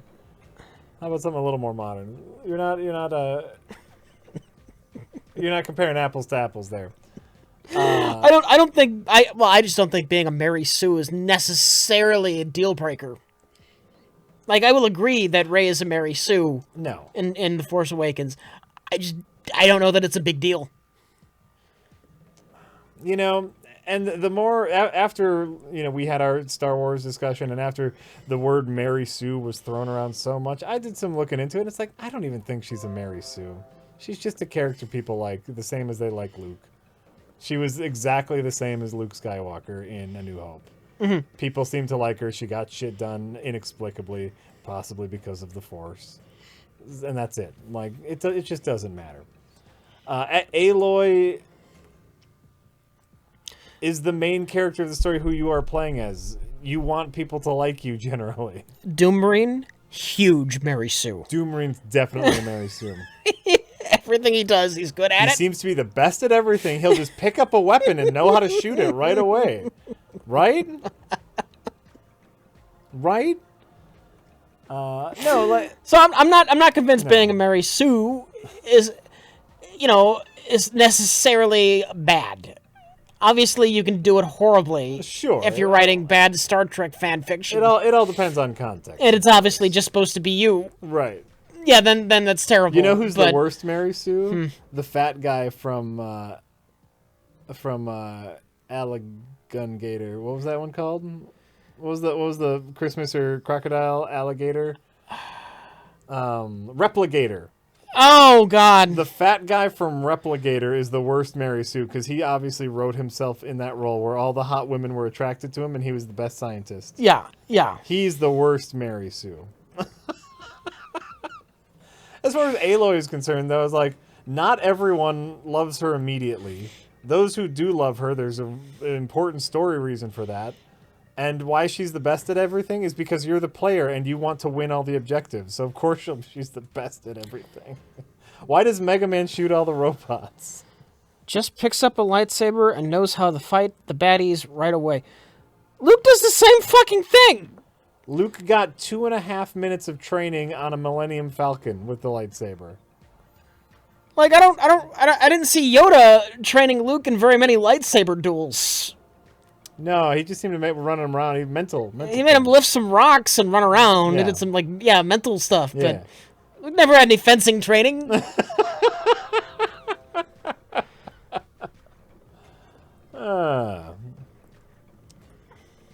I like Aloy for the record. Oh no, and I like Aloy too. I get where you're coming from.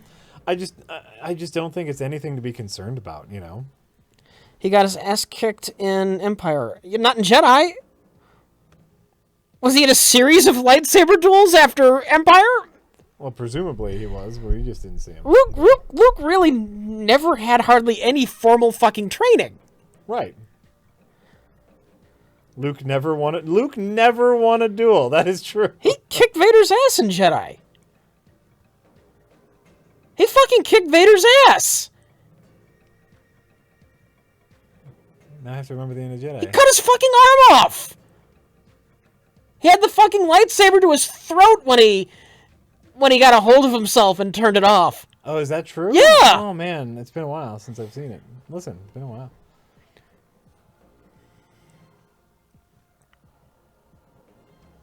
Yeah, no, his training was incomplete, then it was totally complete. And then promptly lost to Palpatine. Yeah, sure. Sure. You could find a lot of holes in the original trilogy with Luke's lack of training.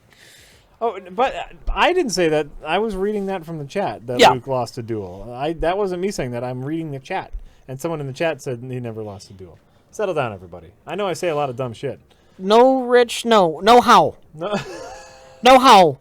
You get a fucking half a day with Yoda and that's enough to be a fucking Jedi Master? Half a fucking day? With an elderly toad? No, but you know what? Luke, here's the thing, Rich. Luke totally hit some swamp rants on his speeder. That means he's more than qualified to be a gunner pilot on the Millennium Falcon and hit all the guys and be the front assault of the fucking Death Star. Because he hit some swamp rats, right? Yeah. Luke is the worst Mary Sue. The Force was with him. And the Force was also with Rey, and that's how she can pick up a lightsaber and be a badass. It's the same fucking thing as my point. You know why? Because it's a movie with wizards. You can't get pissed at Rey being good with a lightsaber and be totally okay with it with Luke. Right. You can't be pissed that Rey knows how to fly the Millennium Falcon when Luke can just hop right in an X-Wing and go toe-to-toe with everyone in the Empire on day one. Well, because the Force. then it's the same. Same with Then Rey. it's the same as fucking That's why Rey. the Force is stupid. This is why I don't like the Jedi.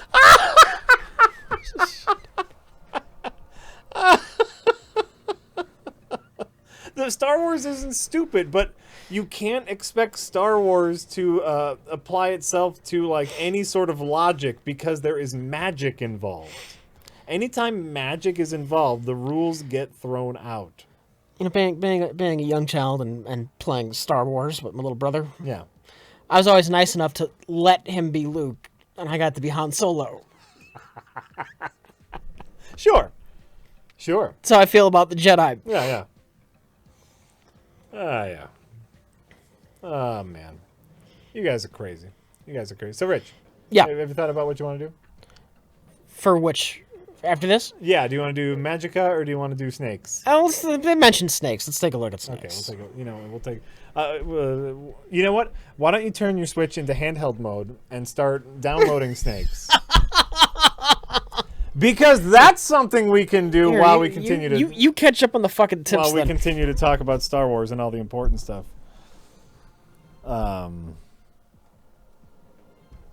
Stream's priorities are spot on. Yeah. You know what? Sometimes gibbering about Star Wars is stream priority. Absolutely.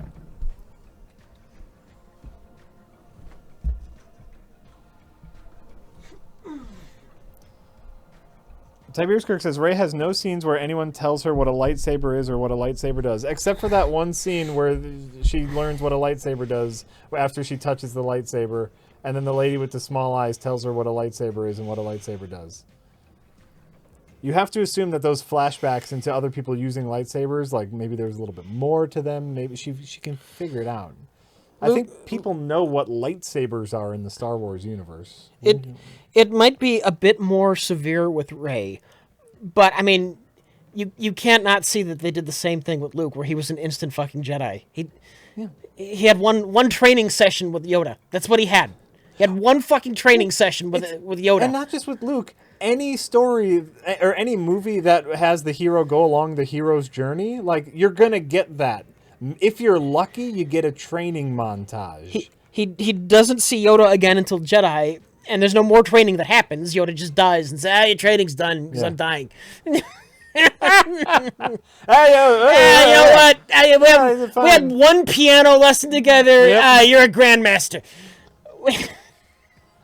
I mean, as far as I'm concerned, because I can't do anything more. I can deal with that. I can deal with that. Of course. But you can't turn around and say it's horrible when it happens to Rey. This is what I'm saying. That's what I'm saying. I'm super agreeing with you, Rich. Yeah. I'm super agreeing with you here. I think people are unnecessarily harsh on Rey. Luke was the chosen one, says TLS. Well, then Rey was also the chosen one. Who gives a fuck? Who gives a fuck? Oh, Last Jedi. Who fucking cares? You're arguing about fucking magic. It's magic. This is why Star Wars is stupid. The more, see, Beefcake, we can all agree on that. The more montages, the better. All these movies, they just need a fucking training montage. You know what I'm saying? The montage is what tells the whole story.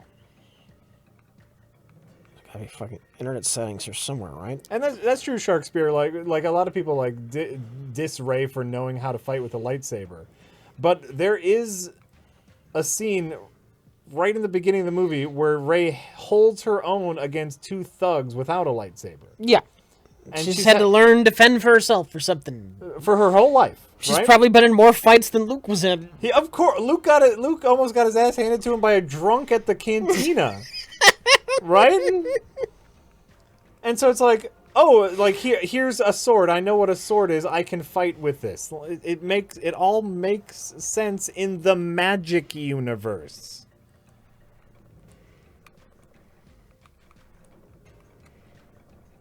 I don't know, Rich, have you seen Deadpool yet? I need to. Okay, you have not. Okay, people are wondering if you've seen Deadpool yet. Alright. Wait. Where were we? Insulin King. How do you decide which movies to do? Do you check online for movies? that have been. Oh, I assume you're talking about for best of the worst. Insolent King wants to know how do you decide what movies to do? Do you check online for movies that have been critiqued Nope. to death? No, What is no, the we deal have with we have Ice no Cream idea. Man? The day before, we'll walk around up here looking at our shelves. What do you think of this? I don't know. Honestly, just looking at the tapes and looking at the back of the box. Yep. How does this look? Every once in a while, like I know for that Halloween episode, had Jay seen Chopping Mall before? Someone had. Every now and then, somebody has seen it, but Yeah, it's usually not the person who picked out the movie. right. And then for example with Dangerous Men, Alamo Drafthouse put that out, and they're the one that also put out they put out a bunch of stuff, including Miami Connection. Yeah. And so it's like, oh, okay, if they put this out, it's probably something special. Sure. As far as so it's like we have those. Rich is wrong, chat is right. What, because you like Star Wars? Oh, I'm so sorry. I'm so sorry I criticized your Star Wars. Your fucking precious fucking Star Wars.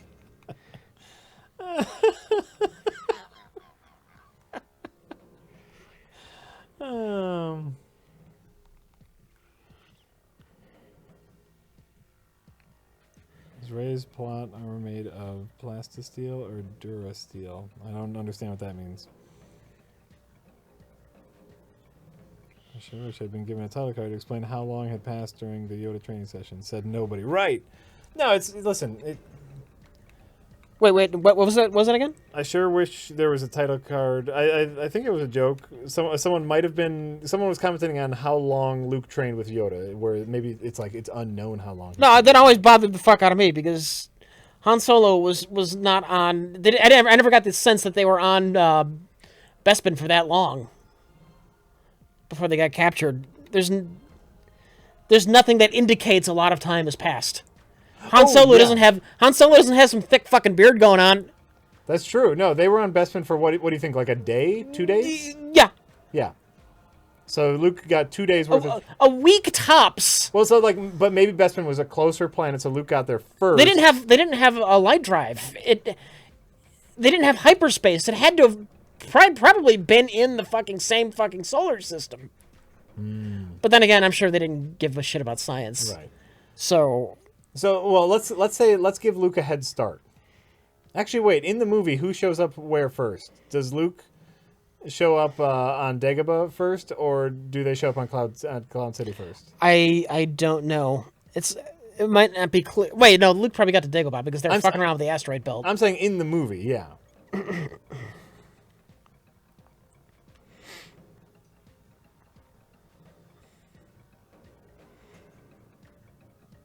There's nothing to make me think that Luke spent a lot of time on Dagobah. Luke shows up at Dagobah first. Okay, so sure. So let's say Luke got a week of training. Let's be generous, right? Sure.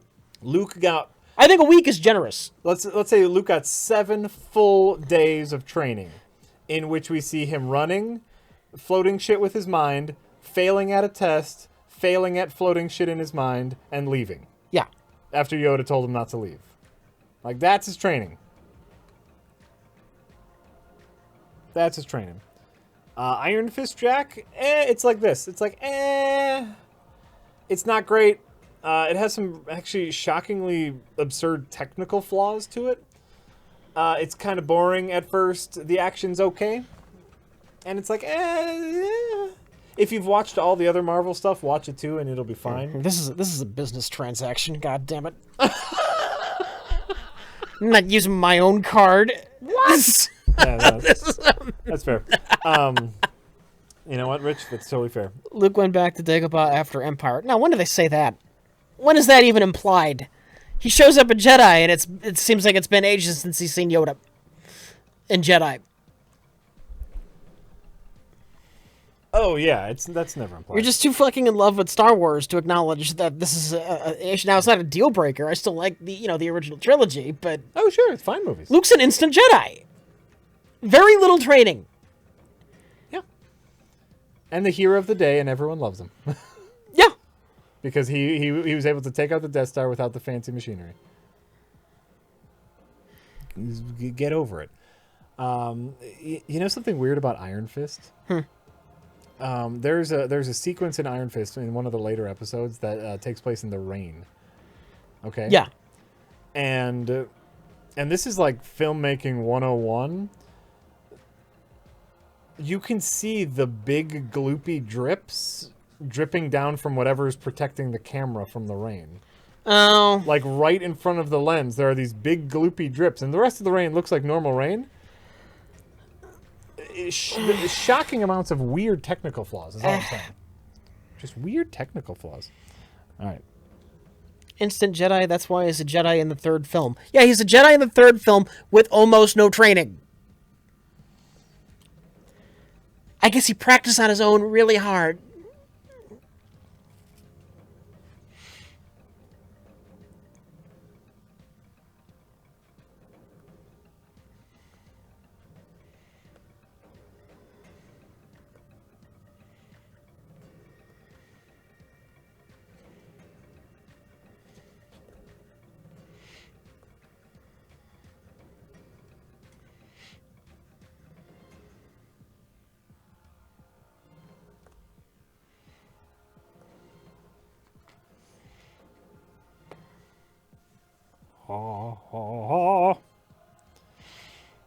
Midichlorian still a thing in the new Star Wars?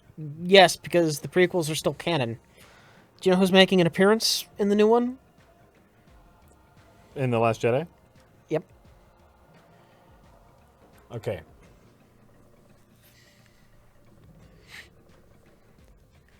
What's the stupidest thing I could think of? Not necessarily. Yeah. Okay, well, it has to be someone in the prequels, right? Because you just mentioned the prequels.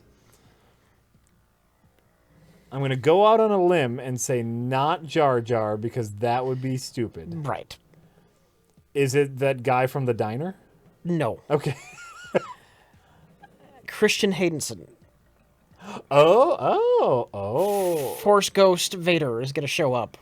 And it's going to be Christian Haydenson? If they do it... Now, there was a bit that was cut from The Force Awakens. If they do it like that, I actually kind of don't mind at all. Could be cool.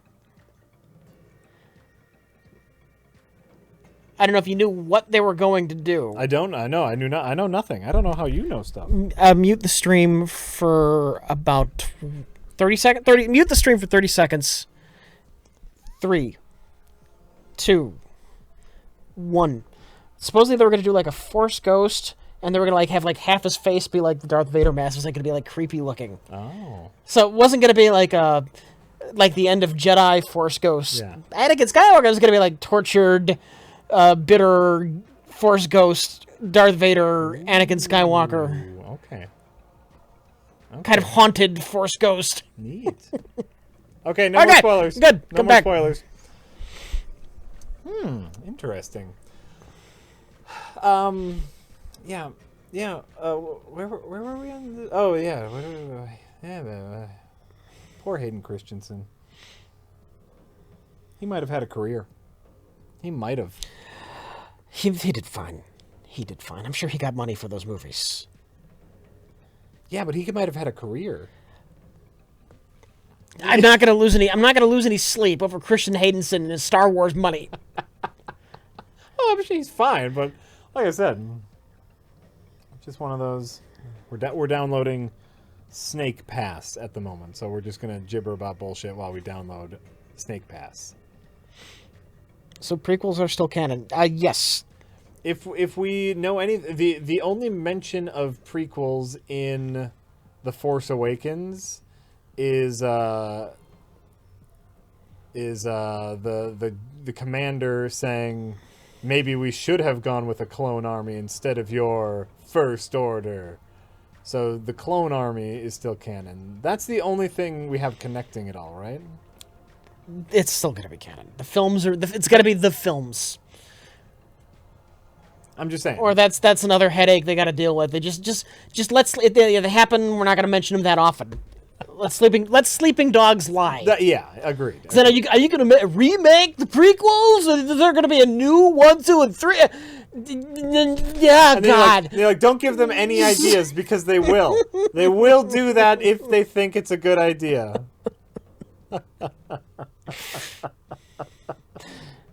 Just don't poke it with a stick and you'll be fine. It's like asbestos under the floor. It's best to just cover over it. You don't want to peel that up. Don't peel it up because then it gets everywhere. Star Wars team has a lot of prequel story moments and Rebels. Oh, that's true. And Rebels, Star Wars Rebels is canon. Okay. And yeah, they're actually bridging prequel and A New Hope together with Star Wars Rebels, which I hear is good. I watched a little bit of it. I mean, it's a kid's show, but a lot of people like it. I don't know if you've seen any Rebels. No. Yeah. It's fine. It's a fine Star Wars kids show. I think my kids got a little bored of it. I'll be honest with you. All right, where did you leave off? Oh God. With these, what have we read? A while ago. How to decide which movies? Yeah, probably How to Decide What Movies was the last one I read.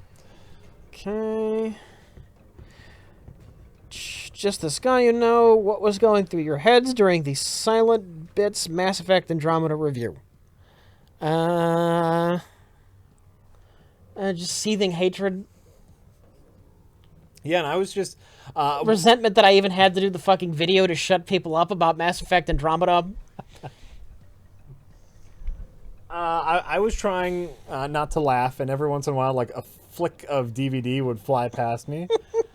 And so, luckily in this room we have a lot of shit to look at. So I was like looking at all the box arts and just looking around. And then I was trying desperately not to close my eyes because I was strangely very tired. I was also thinking, geez, it feels good to put the cap on this. They're gone. So that felt kind of nice. And then at some point I was thinking, gee, my hand's getting tired. That entire destruction was so long. We actually had a lot more just sitting in silence for the people out there.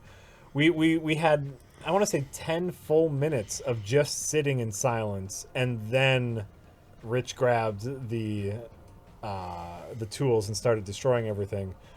We decided to cut that way down because it took you so long to destroy them all.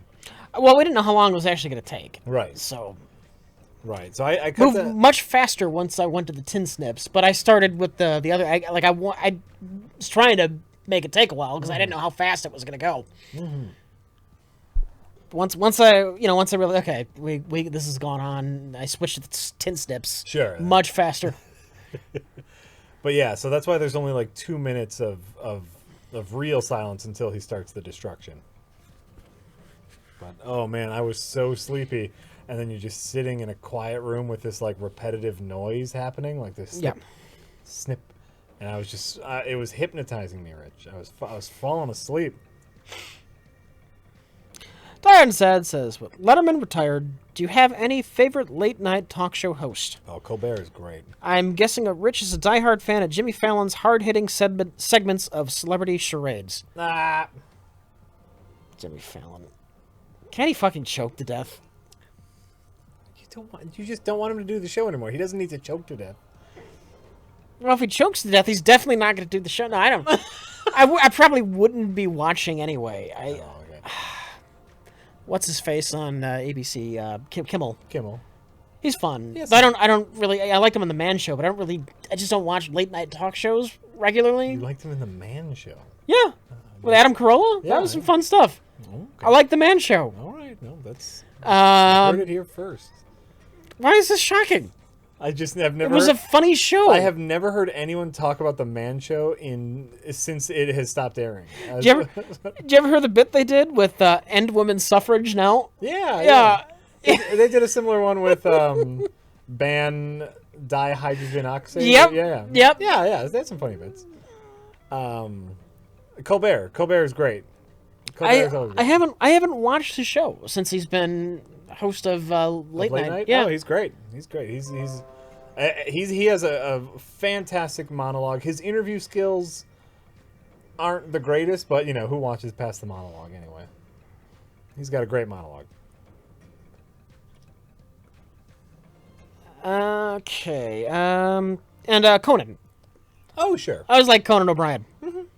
He's going to weekly, Yeah. Yeah. Just weekly. Yeah.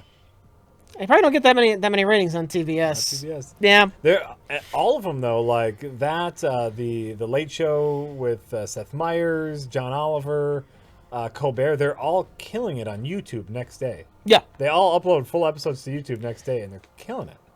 Good. Yeah. Good for them. I mean, they're getting views. It's probably not paying them anything, but they're getting views. Probably don't get many views for the interview stuff.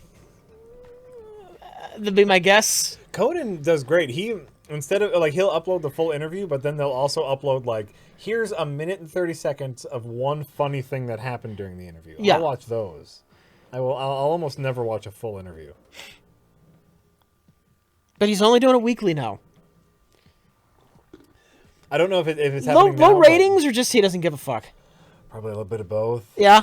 Probably a little bit of both. I mean, TBS doesn't have that high ratings anyway. He had the big kick to start off his TBS show because of the hubbubaloo. Red Letter Media's liberal bias shows more and more every day.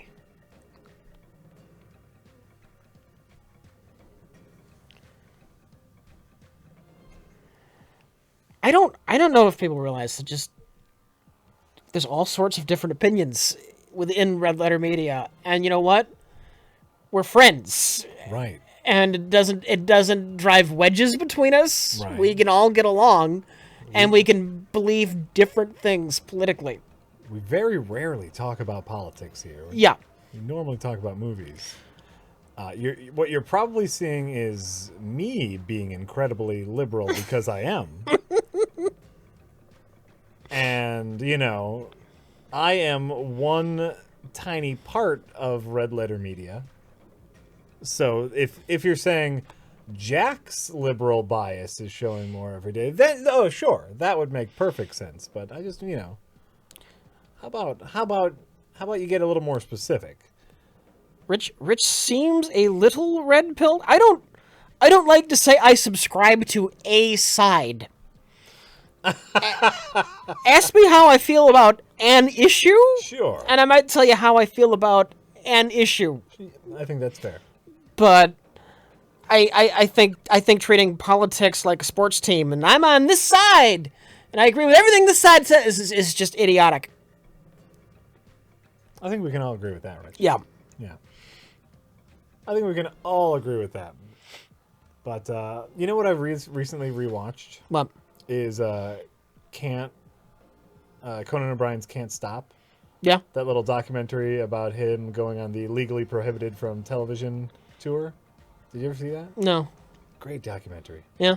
Great. I mean, it's just like So what is this called again? it's. I want to say it's called Conan O'Brien Can't Stop. Okay. Is what I believe the name of it is. And basically they start rolling cameras as soon as he is fired from the Tonight Show. Mm-hmm. And they document him preparing for and going on his legally prohibited from being funny on television tour, which was the thing he did in between.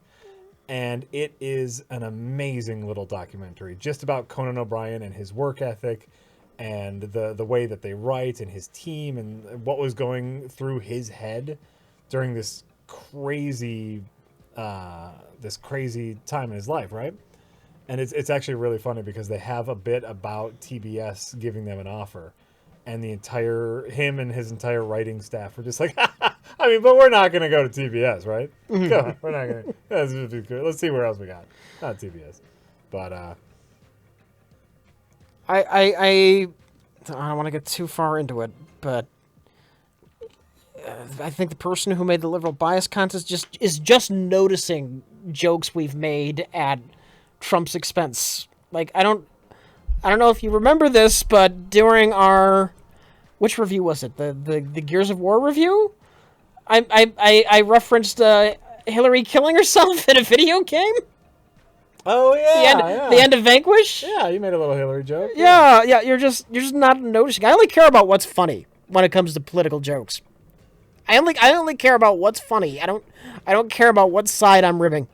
I don't think in the history of everything Red Letter Media has made, I can't imagine there's too many political jokes. Mm-hmm. Yeah.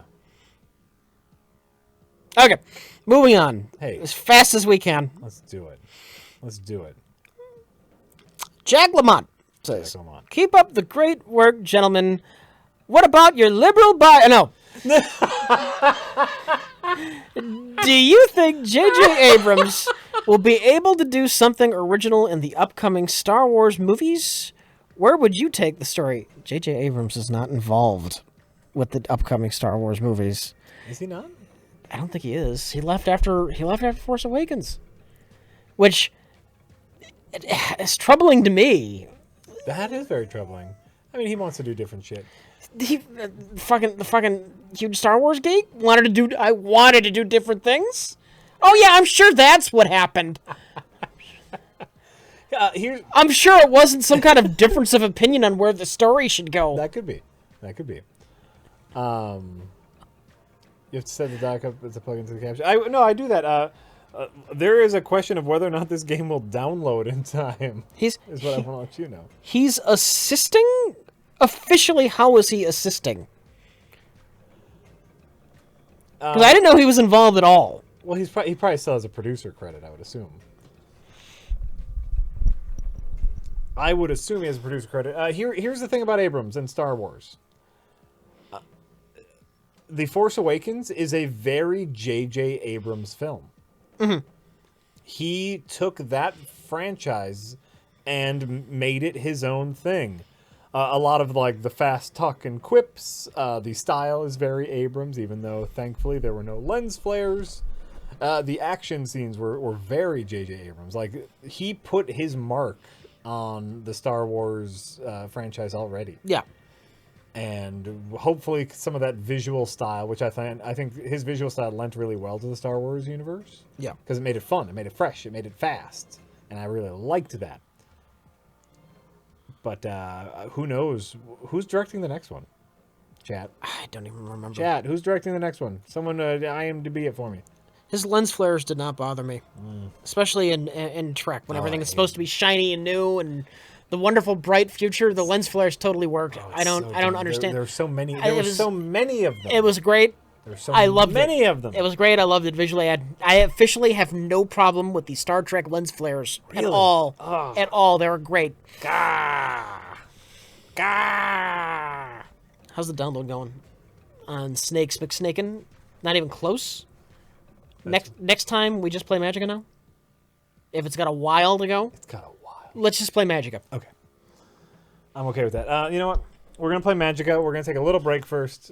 Well, you can keep reading. I'm going to go to the bathroom. Okay.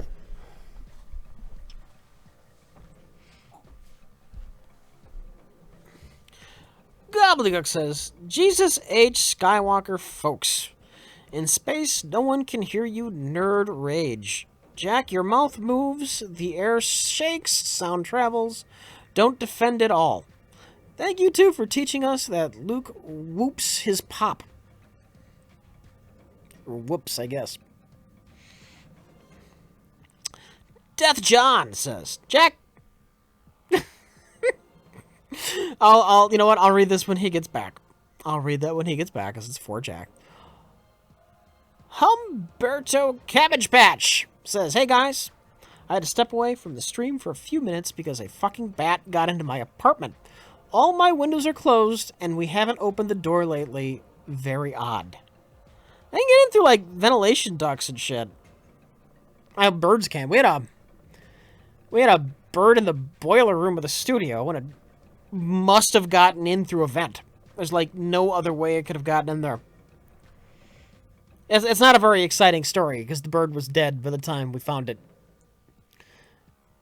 Banging around in a dark room. Kind of a horrible way for the bird to go out, but hey, it's what happened. Santagak says, I missed the first 48 seconds of your stream. The real question is Will Powers a murderer? We don't know. We'll know sooner or later. I'm assuming no, because Phoenix Wright is defending him. And then, caught up until I can read that beer tip for Jack. Well, not really a boiler, it's like a utility room. That would have been a far better thing to call it, a utility room. The place where things for utility are. Your fuse box and water heater That kind of shit.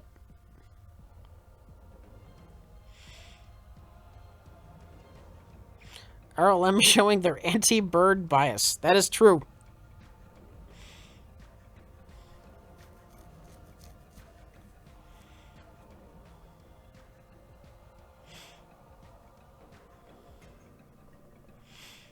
Rich, what is your favorite tool brand? Whatever brands that works, it's fine.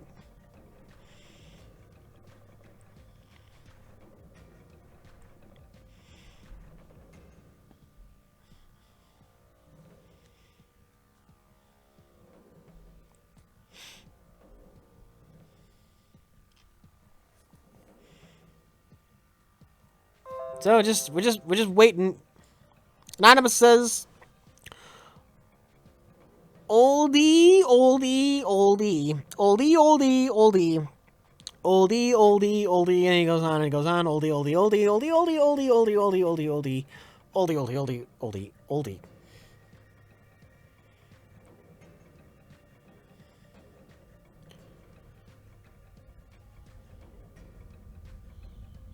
Why like Blade Runner? Because it's boring. It's a poorly paced, boring movie that's visually stunning.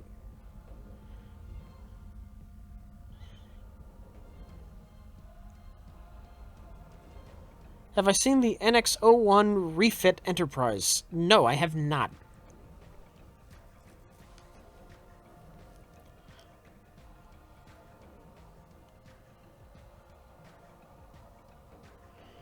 Rich, are you gonna play Skyrim? No immediate plans.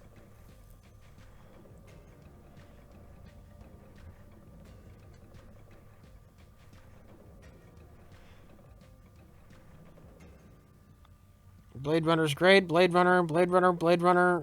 It's boring. I'm sorry. I think it's boring.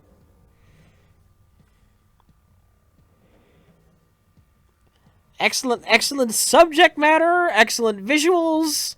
Poorly paced and boring.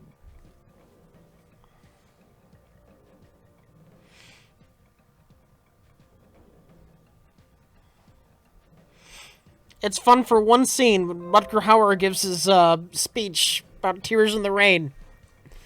You talking about Blade Runner? Yeah. Oh, it's a great movie. And that's when it starts and stops being exciting and fun. Blade Runner's a great movie. Oh, it's so beautiful. Blade Runner's a beautiful movie. I'm glad we're talking about Blade Runner. All right, so Death John says, Jack, I'm Jack. Be on the lookout for Boulevard Brewing Company beers. They just started distributing to Wisconsin. Ooh. The Calling, Double IPA, and Tank 7 Farmhouse Ale are good for starters. Everything else is good too. Okay. Boulevard Brewing. Anonymous says, hey guys, have you ever been to a midnight showing of Rocky Horror Picture Show? If so, how did you lose your virginity? I'm not that big on Rocky Horror. It's alright, I don't hate it. I'm certainly not a member of the Rocky Horror Picture Show cult.